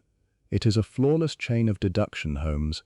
Every link forged out of pure logic and verified by physical fact. It is a satisfying problem, Watson," Holmes said modestly, turning his face back toward the cab window as the carriage turned into Oxford Street. "It demonstrates how the most elaborate web of political intrigue and treason can be dismantled by paying strict attention to the smallest physical anomalies. The assassin believed that stone walls, locked oak doors, and a pea soup fog would shield him from discovery. He forgot that the truth leaves a signature that no degree of human cunning can ever completely erase. The cab groaned to a halt outside the familiar, welcoming entrance of 221B Baker Street. The golden light from the upper sitting-room windows cast a warm glow across the frosty pavement, signaling that Mrs. Hudson had kept the fire burning bright in anticipation of their return. As Watson stepped out of the carriage and paid the driver, he looked up at the quiet facade of their home, feeling a deep, profound sense of peace. The empire had stood upon the brink of a terrible catastrophe, its naval secrets nearly surrendered to a foreign rival, yet through the quiet, unyielding power of a single extraordinary mind, operating from a modest sitting room in Baker Street, the danger had been turned aside, and justice had prevailed. "Come, Watson," Holmes called out softly from the doorstep, pulling his brass latchkey from his pocket. "The night is nearly spent, the blueprints are safe in my pocket, and I believe Mrs. Hudson has left a pot of cocoa and a tray of cold beef upon the side table. Let us leave the cares of Parliament behind us and enjoy a well-earned rest before the First Lord arrives in the morning." Chapter 7. The crisp, brilliant sunlight of a winter morning broke through the dispersing clouds over London, casting long, sharp beams across the Persian rug of the sitting room at 221B Baker Street. Dr. John Watson sat at the breakfast table, enjoying a cup of steaming black coffee and a rasher of bacon, while the morning editions of the Times and the Daily Telegraph lay spread out before him in glorious disarray. Every major headline across the metropolis was dominated by a single, explosive event: the midnight arrest of Commander Henry Sterling for the treasonous murder of Sir Arthur Pendleton within the fortified walls of the Palace of Westminster, and the miraculous, unpublicized recovery of the stolen Devastation-class ironclad blueprints by Scotland Yard, acting upon the confidential guidance of Mr. Sherlock Holmes. Across the hearth, Sherlock Holmes sat in his worn leather armchair, attired in his silver-buttoned smoking jacket, his long legs crossed lazily as he tuned his Stradivarius violin with quick, expert adjustments of the wooden pegs. A faint, contented smile played across his sharp features, untroubled by the immense historical significance of the crisis he had so effortlessly averted just hours before. The dark, suffocating tension of the subterranean vaults beneath St. Stephen's Chapel felt like a distant memory, replaced by the comforting hum of domestic peace and the fragrant aroma of Turkish tobacco drifting from a fresh bowl on the side table. "It appears, Holmes," Watson remarked, tapping the front page of the Times with his index finger, "that Fleet Street has elected to bestow upon Inspector Lestrade the lion's share of the public commendation. The article speaks of the inspector's tireless vigilance and tactical brilliance in cornering the traitor within the parliamentary foundations." Holmes lowered his violin, letting out a short, dry laugh that lacked any trace of bitterness. "Let them have their headlines, my dear Watson. Lestrade must justify his department's budget to the Home Office, and a government terrified of public panic prefers to believe that an ordinary police inspector saved the British Empire rather than a private consulting detective operating out of a Baker Street lodging. The truth resides not in the columns of the morning papers, but in the official dispatches of the Admiralty, and those, I suspect, are currently being perused by very grateful men in Whitehall." Even as Holmes spoke, a heavy, measured knock sounded at the street door downstairs, followed immediately by the brisk, familiar footsteps of Mrs. Hudson ascending the stairs. The landlady threw open the sitting-room door with an air of profound importance, her apron smoothed and her hands clasped tightly before her. "Mr. Holmes, Dr. Watson," Mrs. Hudson announced, her voice tinged with awe. "There is a carriage bearing the official seal of the Admiralty waiting at the curb, and a gentleman of high distinction insists upon seeing you immediately. He bears a card from the First Lord himself." "Show him up at once, Mrs. Hudson," Holmes replied, rising gracefully from his chair and setting his violin upon the sofa. "We have been expecting him since 8 o'clock. Moments later, the doorway was filled by the dignified figure of Vice Admiral Sir Reginald Carver, a towering, silver-haired officer of formidable bearing, dressed in full naval dress uniform with gleaming gold epaulets and a chest adorned with Crimean campaign ribbons. He stepped into the room with a firm, decisive stride, his stern, weather-beaten face relaxing into an expression of profound, unreserved relief as he cast his eyes upon the detective. "Mr. Holmes," Sir Reginald said, his voice carrying the deep, authoritative resonance of the quarterdeck. "I apologize for the unceremonious hour of my visit, But when a man holds the maritime security of the entire British Empire in his hands, protocol must occasionally yield to urgency. "You are entirely welcome, Admiral," Holmes said, stepping forward and offering a polite, formal bow. "Pray be seated. Dr. Watson has just poured a fresh cup of coffee, and I believe you will find our Baker Street hearth considerably more welcoming than the committee rooms of Westminster." Sir Reginald accepted the chair opposite Holmes, declining the coffee with a wave of his gloved hand. He leaned forward across the table, his sharp blue eyes fixing upon the detective with intense scrutiny. "I have just come from an extraordinary emergency session of the Cabinet, Mr. Holmes. The Prime Minister himself has read Inspector Lestrade's official report, as well as your supplementary notes regarding the mechanical execution of Sir Arthur Pendleton's murder and the treasonous duplicity of Commander Sterling. More importantly, the First Lord has placed upon his desk the original master blueprints of the Devastation-class ironclad, recovered untouched from your personal possession. They are the genuine articles, Admiral," Holmes assured him, reaching into the deep interior pocket of his smoking jacket and drawing forth the thick oilskin-wrapped packet. He placed it carefully upon the table between them. "Signed by Sir Arthur Pendleton, stamped by the Admiralty, and preserved from the hands of foreign agents." Sir Reginald reached out with trembling, reverent fingers, gently parting the canvas to reveal the brilliant indigo sheets within. He stared down at them for several long moments in absolute silence, as if confirming their reality by touch alone. When at last he looked up, his eyes were bright with unexpressed emotion. "You have saved this country from a catastrophe of unimaginable magnitude, Mr. Holmes," the Admiral said solemnly.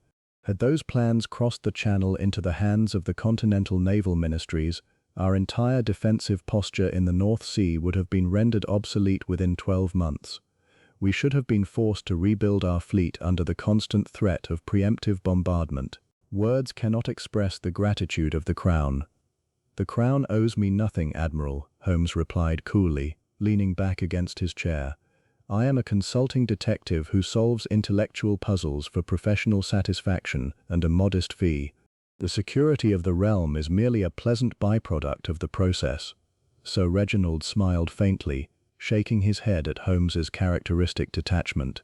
"Modest as your self-assessment may be, Mr. Holmes, the government is not accustomed to letting such services go unrecognized. The Prime Minister instructed me to inquire whether there is any honor, any title, or any official position within the Admiralty that you might deign to accept as a token of the nation's appreciation." Watson held his breath, leaning forward in anticipation. To be offered a knighthood or a high government portfolio by the British government was an honor of the highest order. Holmes, however, merely picked up his clay pipe from the table, filled it with a slow, unhurried pinch of tobacco, and struck a match. He blew out a thin, fragrant cloud of blue smoke before answering. "Give my regards to the Prime Minister, Sir Reginald, but inform him that I have an incurable allergy to titles, ribbons, and official desks," Holmes said smoothly. "My freedom of movement and my independence of thought are worth infinitely more to me than any portfolio Her Majesty's government could possibly offer. My greatest reward was the sheer elegance of the problem itself, the combination of a locked-room poison dart, a forgotten medieval stairway, and a forged chemical ink signature. A truly singular case, Admiral, and one that has provided my intellect with most delightful exercise." Sir Reginald laughed softly, rising from his chair and extending his hand across the table. "I expected no other answer, Mr. Holmes. You are a truly unique man. But should you ever require the assistance of the Royal Navy in any matter, near or far, you have only to send a word to Whitehall, and every ship bearing the white ensign will be at your disposal." Holmes shook the Admiral's hand firmly. "It is a comforting thought, Admiral, though I fancy my battles are fought more frequently with a magnifying glass and a chemical test tube than with ironclad broadsides." With a final respectful bow, Sir Reginald Carver gathered the oilskin packet of blueprints, tucked them securely beneath his arm, and took his leave, escorted down the stairs by a proud and beaming Mrs. Hudson. When the street door closed below, Watson let out a long, admiring sigh, sinking back into his armchair.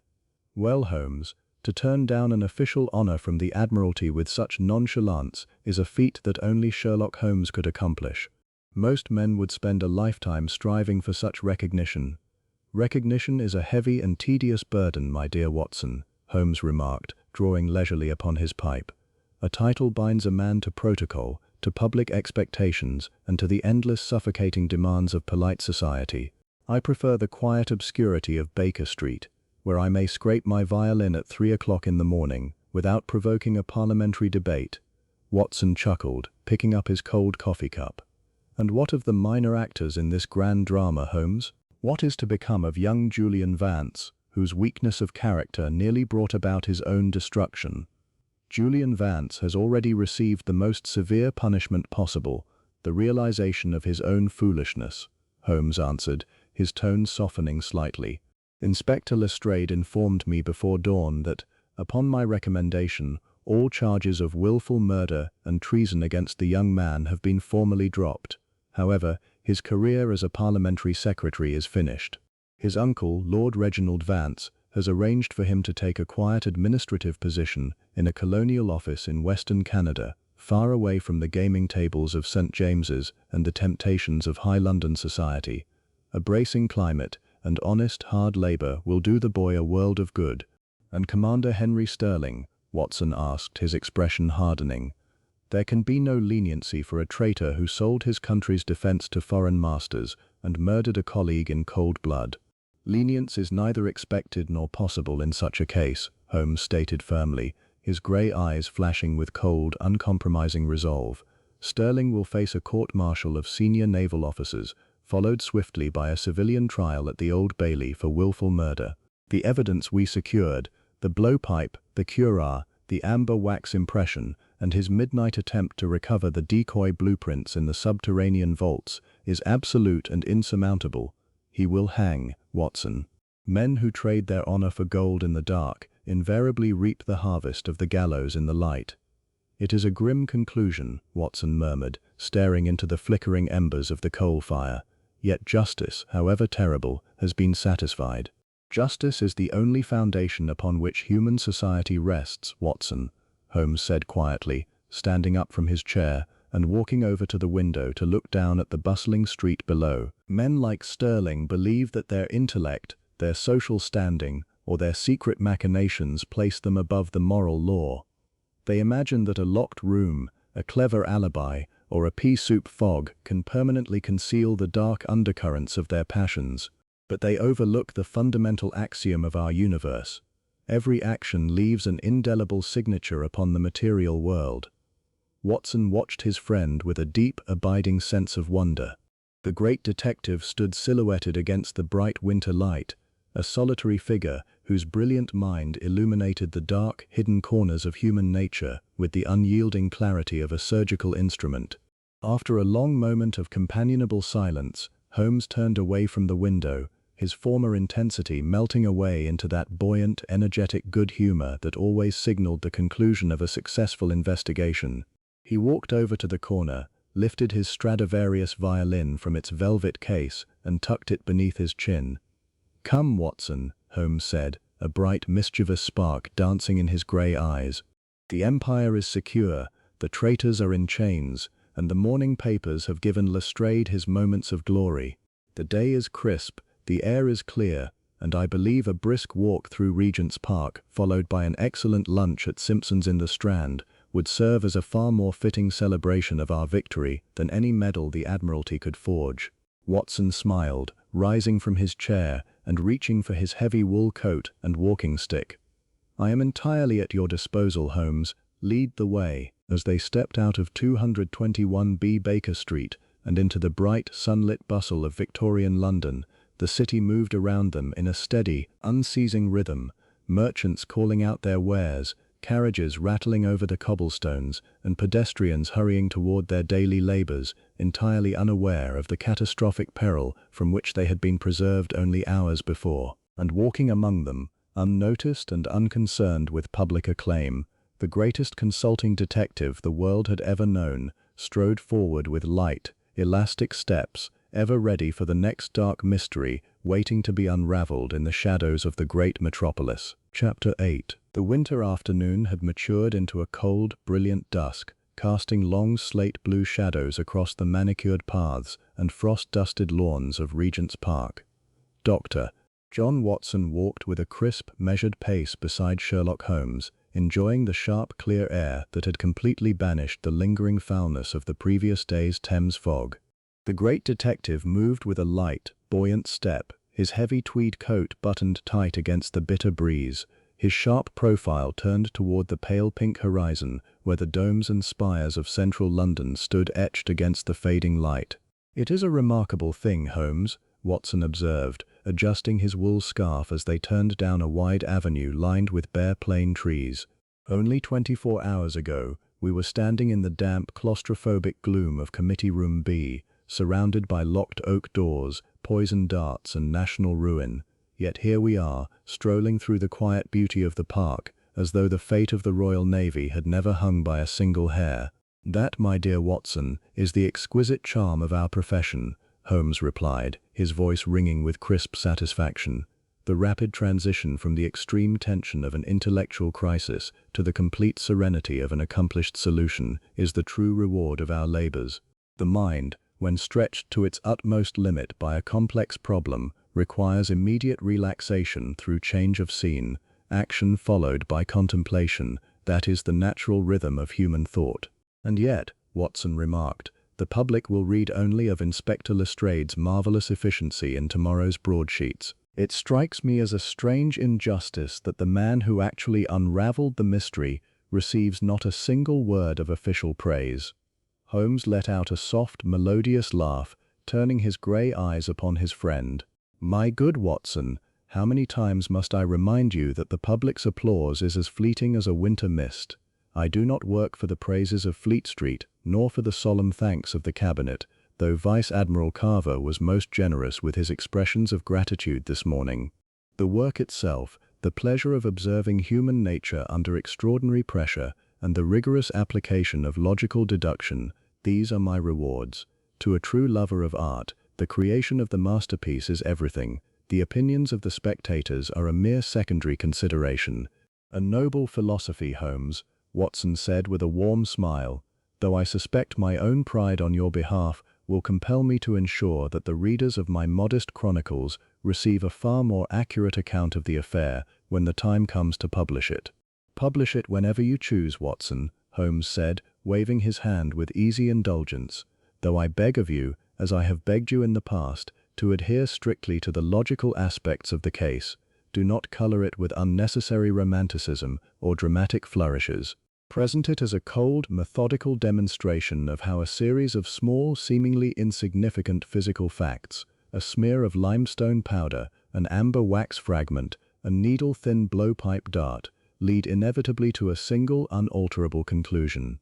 They paused near the edge of the frozen boating lake, watching a flock of swans glide gracefully across an open stretch of dark water. The tranquility of the scene offered a profound, soothing contrast to the dark, murderous intrigue that had unfolded beneath the Palace of Westminster only hours before. "Tell me, Holmes," Watson asked after a moment of quiet reflection, "as you look back upon the entire sequence of events, was there any single moment when you felt the case might slip through your fingers?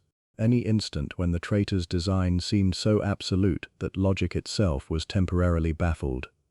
Holmes drew his pipe from his pocket, holding it unlit between his fingers as he gazed out over the icy water. "Baffled, Watson? No. A logical mind is never baffled by physical facts, for facts are unyielding truths that cannot contradict one another. There were, however, two distinct moments when the case presented a choice of paths, and a false step down either would have allowed Commander Sterling to escape completely, and those moments were— "The first," Holmes explained, "was when Inspector Lestrade discovered the limestone dust upon young Julian Vance's sleeve in the Speaker's library. To a superficial observer like Lestrade, that white smudge was the ultimate proof of guilt. It matched the dust outside Committee Room B. It matched the dust upon the medieval spiral stairs. It was an easy, satisfying answer that required no further thought. Had I accepted that obvious conclusion, Julian Vance would be sitting in a condemned cell tonight, and Commander Sterling would currently be aboard a fast steam launch bound for the continent with the master blueprints of the Devastation-class ironclad in his trunk." Watson nodded thoughtfully. "You rejected the obvious because it was too convenient. I rejected it because it violated the principle of psychological consistency, Holmes corrected.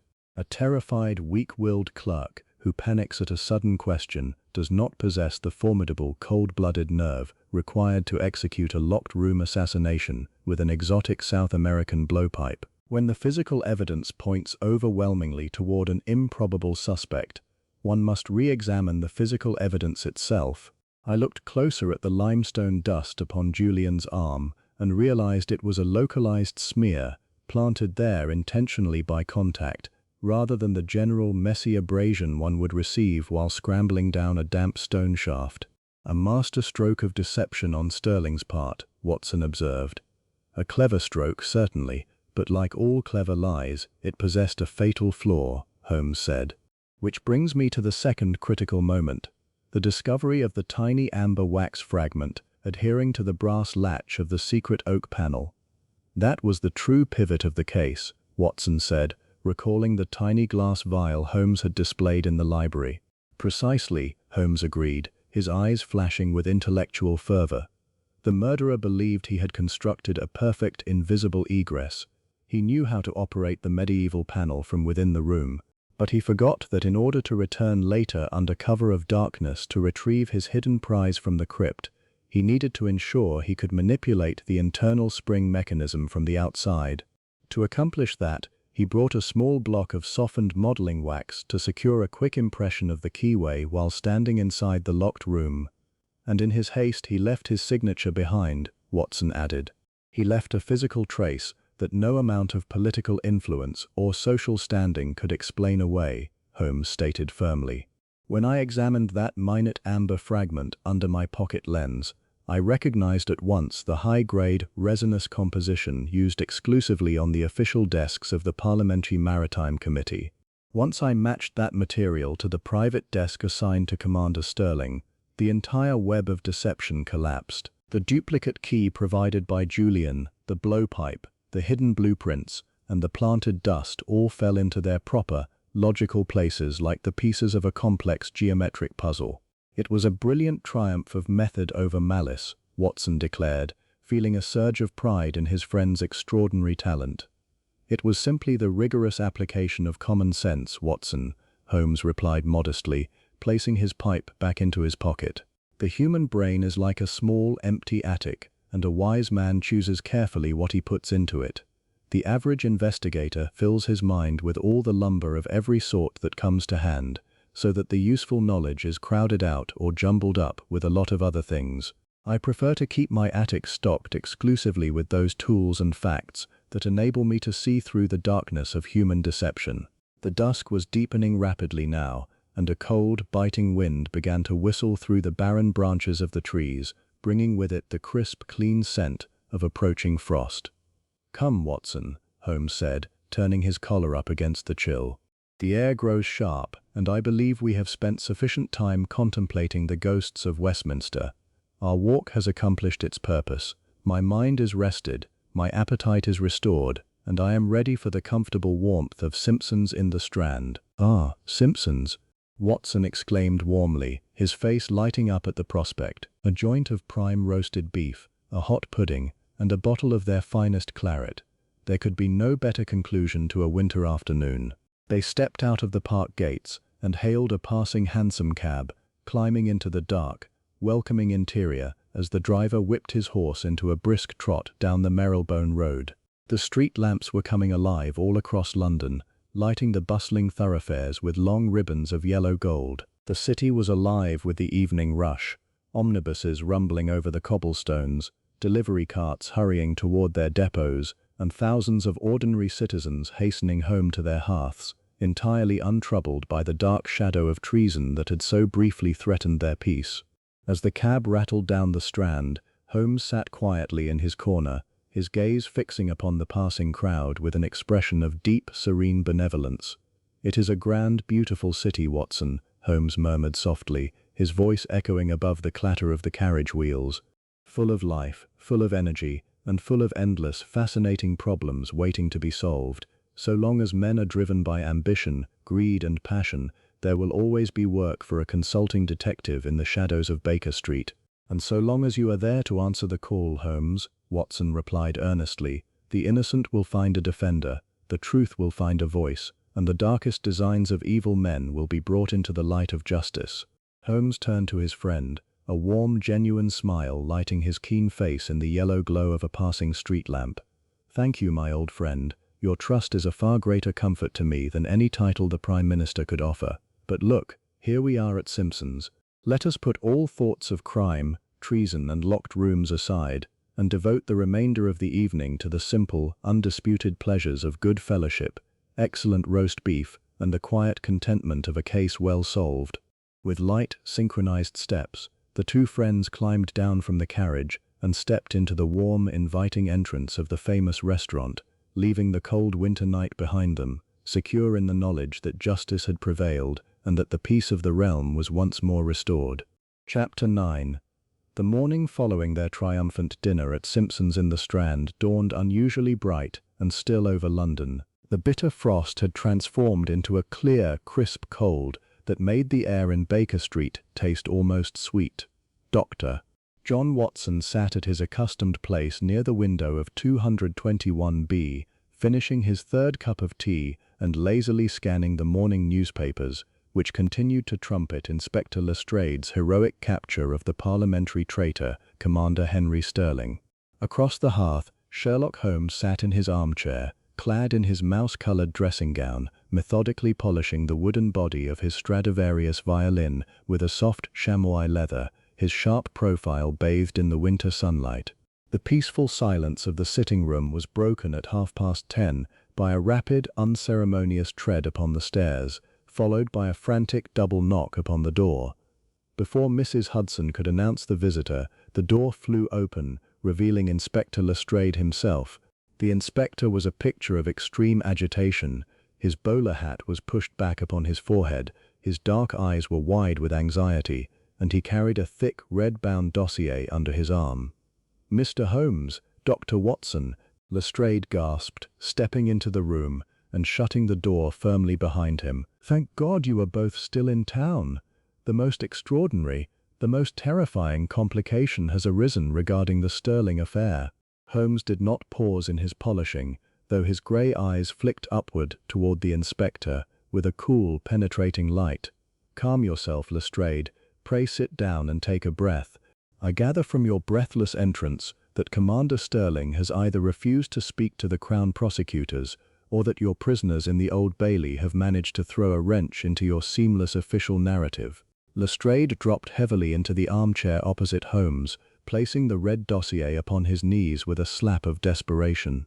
"It is far worse than that, Mr. Holmes. Sterling has spoken, but what he has revealed has thrown the Home Office and the Admiralty into absolute panic. 2 hours ago, while being interrogated in his cell at Newgate by the Director of Public Prosecutions, Sterling delivered a formal statement. He declared that while he was indeed the man who entered Committee Room B and removed the naval blueprints, he was not the mastermind behind the theft, nor was he the person who commissioned the murder of Sir Arthur Pendleton. Watson set his teacup down with a sharp clatter, leaning forward in astonishment. Not the mastermind, but Holmes caught him red-handed in the crypt, retrieving the blueprints. "He admits to retrieving them, Dr. Watson," Lestrade exclaimed, rubbing his forehead in frustration. "He admits to every physical act, but he swears upon his life that he was acting under the direct coercive instructions of a secondary party, a foreign intelligence director operating within London under high diplomatic immunity. And what is worse, gentlemen, much worse, Sterling claims that before he was arrested in the crypt, he successfully delivered a complete duplicate set of the Devastation-class ironclad schematics to this foreign contact." Watson felt a cold shock run down his spine. "A duplicate set? Good heavens, Holmes! Then the plans you recovered from the gargoyle were not the only copy in existence?" Holmes laid his violin carefully upon its velvet bed and set his polishing cloth aside. His sharp, hawk-like features, previously relaxed in domestic ease, instantly transformed into a mask of intense clinical concentration. He leaned forward in his chair, his long fingers interlaced before his chin. "A duplicate set," Holmes repeated softly, his tenor voice dropping into a register of deadly calm. "Tell me, Lestrade, What specific details did Sterling provide regarding this alleged diplomatic director and the delivery of these duplicate schematics? Lestrade opened the red dossier, consulting a series of hastily scribbled official notes. Sterling claims that 3 days ago he was supplied with a special photographic camera, a compact, French-made apparatus utilizing quick-drying gelatin dry plates, by a man known only as Count Nikolai. Sterling swears he used this camera inside Committee Room B on Wednesday morning, 2 days before the murder, while Sir Arthur was absent at a cabinet meeting. He photographed all 3 master schematics, developed the glass negatives in a private darkroom at his club in St. James's, and produced 3 high-resolution photographic paper prints. And when were these photographic prints delivered to Count Nikolai? Holmes asked, his eyes narrowing to slits of grey steel. Sterling claims he delivered them at 4 o'clock yesterday afternoon, 3 hours before Sir Arthur was murdered in the committee room, Lestrade revealed, his voice trembling slightly. He says he placed the photographic prints inside a sealed, wax-lined diplomatic pouch and handed them directly to Count Nikolai's private courier at the entrance of the Austro-Hungarian embassy in Belgrave Square. Watson gasped, turning to Holmes in horror.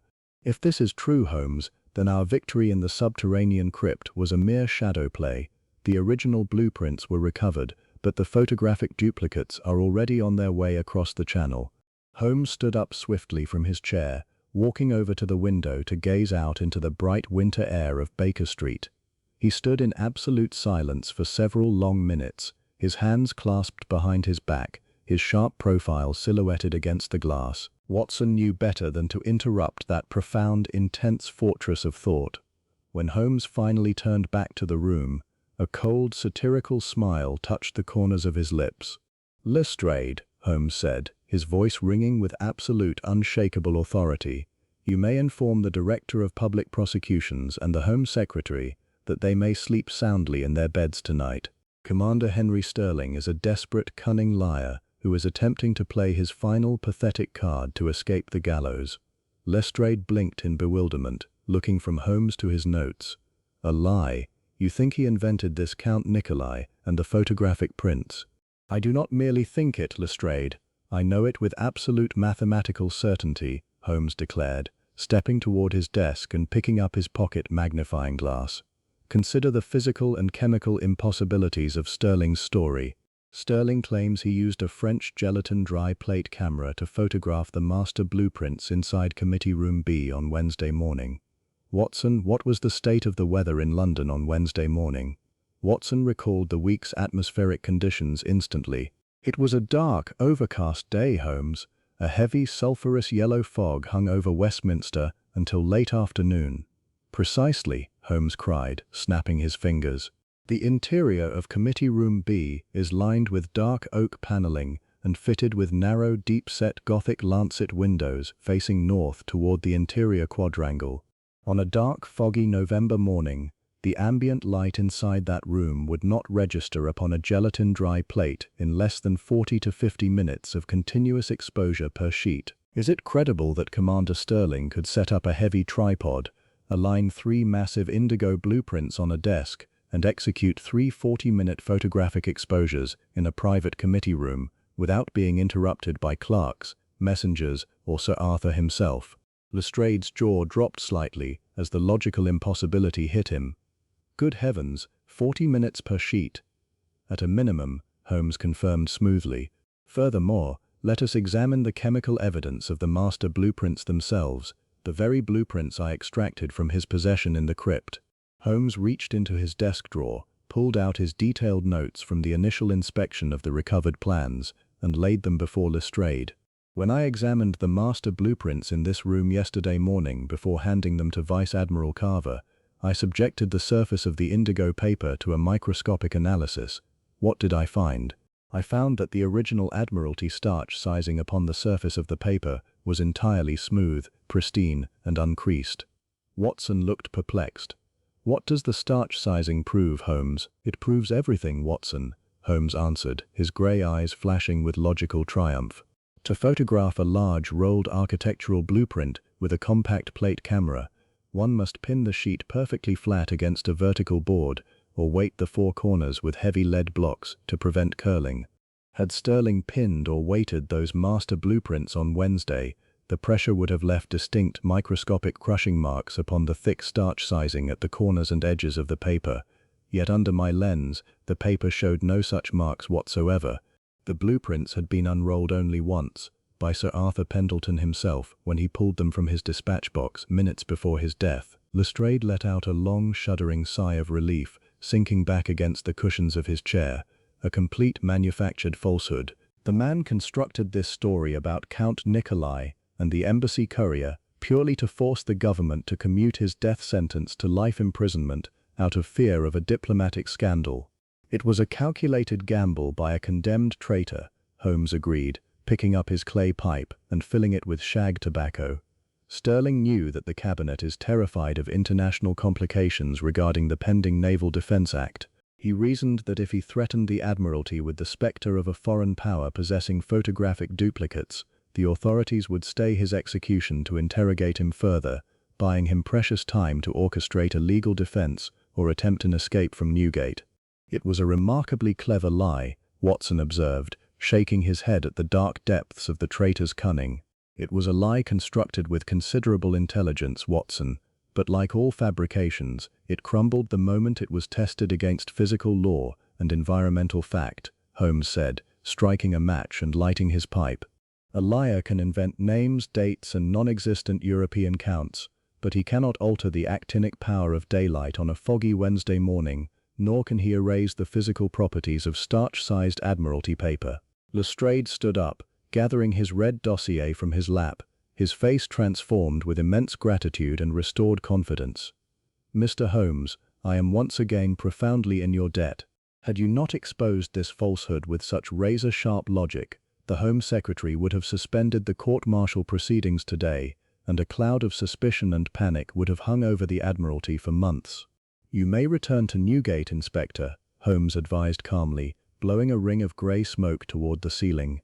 "Inform the Director of Public Prosecutions that he may proceed with the capital indictment against Commander Henry Sterling without the slightest hesitation. There are no photographic duplicates, there is no Count Nikolai, and the naval defense of the British Empire remains as secure today as it was when Sir Arthur Pendleton drew his last breath.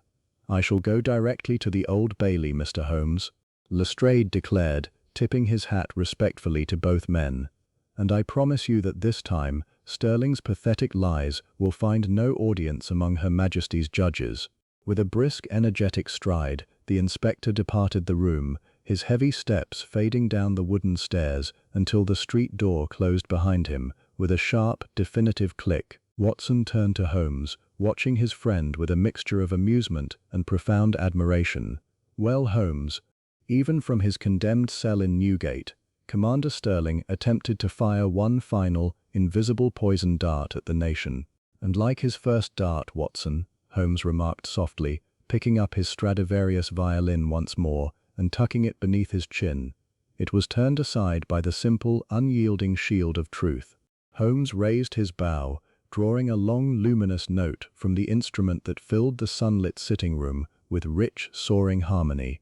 The final shadow of the Westminster tragedy had been dispelled, the dark webs of deception had been thoroughly torn away, and as the music echoed through 221B Baker Street, Watson knew that once again, logic, science, and the quiet genius of Sherlock Holmes had triumphed over the deepest designs of human malice. Chapter 10. Nearly 6 weeks had elapsed since the suffocating, sulphurous yellow fogs of late November had provided a deadly cloak for the treasonous ambitions of Commander Henry Sterling. The bitter, biting cold of deep winter had subsequently settled over the vast, sprawling metropolis of London, freezing the mud in the cobblestone streets and hanging heavy, glittering icicles from the iron eaves of 221B Baker Street. Inside our modest sitting room, however, the atmosphere was one of profound, domestic tranquility. A massive coal fire roared cheerfully in the iron grate, casting a warm, flickering orange glow across the patterned Persian rug and reflecting brightly off the polished brass of Sherlock Holmes's scattered chemical apparatus. I sat at my small wooden writing desk near the frosted window pane, my pen scratching rhythmically across a thick sheaf of parchment. I was engaged in the arduous but immensely satisfying task of transcribing the final notes of the Westminster tragedy into a cohesive narrative for my private journals. It was always a delicate balancing act, attempting to capture the sheer, unadulterated brilliance of my friend's logical deductions without incurring his wrath by overly romanticizing the darker, more gruesome elements of the crimes we investigated. Across the room, Sherlock Holmes was draped languidly across the sofa, his long, thin frame enveloped in his mouse-colored dressing gown. He had spent the entirety of the morning engaged in a complex and highly malodorous chemical experiment involving the distillation of coal tar derivatives. But having achieved his desired result, he had now retreated into a state of deep, meditative lethargy. His eyes were closed, his fingertips pressed together in a steeple beneath his chin, and a thin veil of blue smoke rose steadily from the bowl of the cherrywood pipe, resting near his elbow. "You are dwelling too heavily upon the political implications of the affair, my dear Watson," Holmes murmured suddenly, his voice breaking the long, companionable silence without his eyes ever opening. "I can hear the hesitation in the scratch of your nib. You are debating whether to include the exact specifications of the devastation-class ironclad blueprints in your manuscript." I laid down my pen with a sigh of fond exasperation, turning in my chair to look at him. "Your hearing is as preternaturally sharp as ever, Holmes, though I confess I am at a loss as to how you deduced the exact subject of my hesitation." "It is elementary, Watson," Holmes replied, opening one grey eye to peer at me through the haze of tobacco smoke. "For the past 10 minutes, your writing has been rapid and fluid, the hallmark of a man describing action and dialogue, likely our subterranean encounter in the crypt. But just now, you paused for nearly 30 seconds, dipped your pen twice without writing, and let out a small, frustrated breath. A doctor describing a physical wound or a chase does not hesitate. A loyal British subject attempting to describe highly classified naval architecture without violating the Official Secrets Act, however, experiences precisely that specific brand of patriotic paralysis. I advise you to omit the technical details entirely. The reading public cares little for the thickness of armored plating. They wish to read of the human drama, the poisoned dart, and the hidden staircase. "I shall take your advice, Holmes," I said, smiling as I carefully crossed out my last 2 sentences. Though I must admit, the human drama of this case has left a lingering melancholy upon my spirit. I attended the final day of the trial at the Old Bailey yesterday afternoon, just before the jury returned their verdict. Holmes slowly sat up, swinging his long legs off the sofa and reaching for his pipe. "Ah, yes, the inevitable conclusion to a most illogical career. I assume the Solicitor General did not disappoint the gallery." "He was ruthless," I recounted, a slight shiver running down my spine as I recalled the grim, solemn atmosphere of the packed courtroom. "He laid out every piece of the evidence with devastating precision. The duplicate key, the financial records of Sterling's debts to the Glasgow shipbuilding syndicate, the fragment of amber sealing wax matched perfectly to his desk, and of course the brass blowpipe recovered from the crypt. Commander Sterling stood in the dock like a statue carved of grey granite. He did not speak in his own defense, nor did he display a single trace of emotion when the judge placed the black cap upon his head and pronounced the sentence of death by hanging. What emotion is there left for a man who has systematically severed every tie to his own honor?" Holmes remarked quietly, striking a match to reignite the cooling tobacco in his pipe. "Sterling was a man who possessed physical courage. His naval record proves that beyond dispute, but he entirely lacked moral fortitude. When his vanity was bruised and his purse was emptied, the magnificent facade crumbled, revealing the desperate, greedy creature beneath. The gallows at Newgate is the only logical terminus for such a trajectory." "It is a terrible waste of a life that once held such brilliant promise," I murmured, staring into the dancing flames of the hearth. "To think that a man who fought so valiantly for the flag in his youth could be corrupted into attempting to sell the very defense of the realm to a foreign power.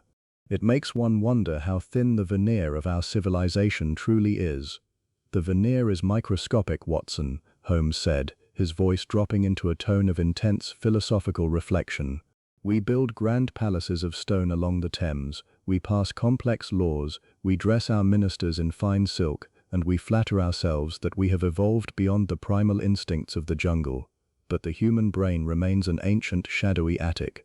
You may install the brightest gas lamps of modern education within it, but in the dark corners, the old beasts of greed, envy, and pride still lurk, waiting for the opportunity to strike. Sterling believed that because he moved within the fortified, exclusive corridors of Parliament, he was insulated from the consequences of his own baser nature.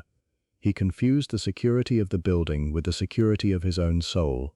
Holmes stood up, pulling his dressing gown tightly around his thin shoulders, and began to pace slowly across the sitting room. Consider the metaphor of the locked room, my dear Watson. Committee Room B was thought to be impenetrable, solid stone walls, barred windows, and a bolted door. Yet the assassin bypassed every modern defense by utilizing a forgotten medieval passageway that had always existed beneath the surface. The human mind is exactly the same. A man may present an impenetrable, honorable facade to society, but there is always a secret, hidden door in the architecture of his character. Find the key to that door, whether it be gambling debts, professional jealousy, or unrequited passion, and the fortress falls. I watched my friend pace, deeply moved by the stark, unyielding clarity of his worldview. It is a bleak philosophy, Holmes. If every man possesses a hidden door, then no one is truly safe from corruption. I did not say it was bleak, Watson. I said it was factual, Holmes corrected, a sudden bright spark of warmth returning to his keen grey eyes.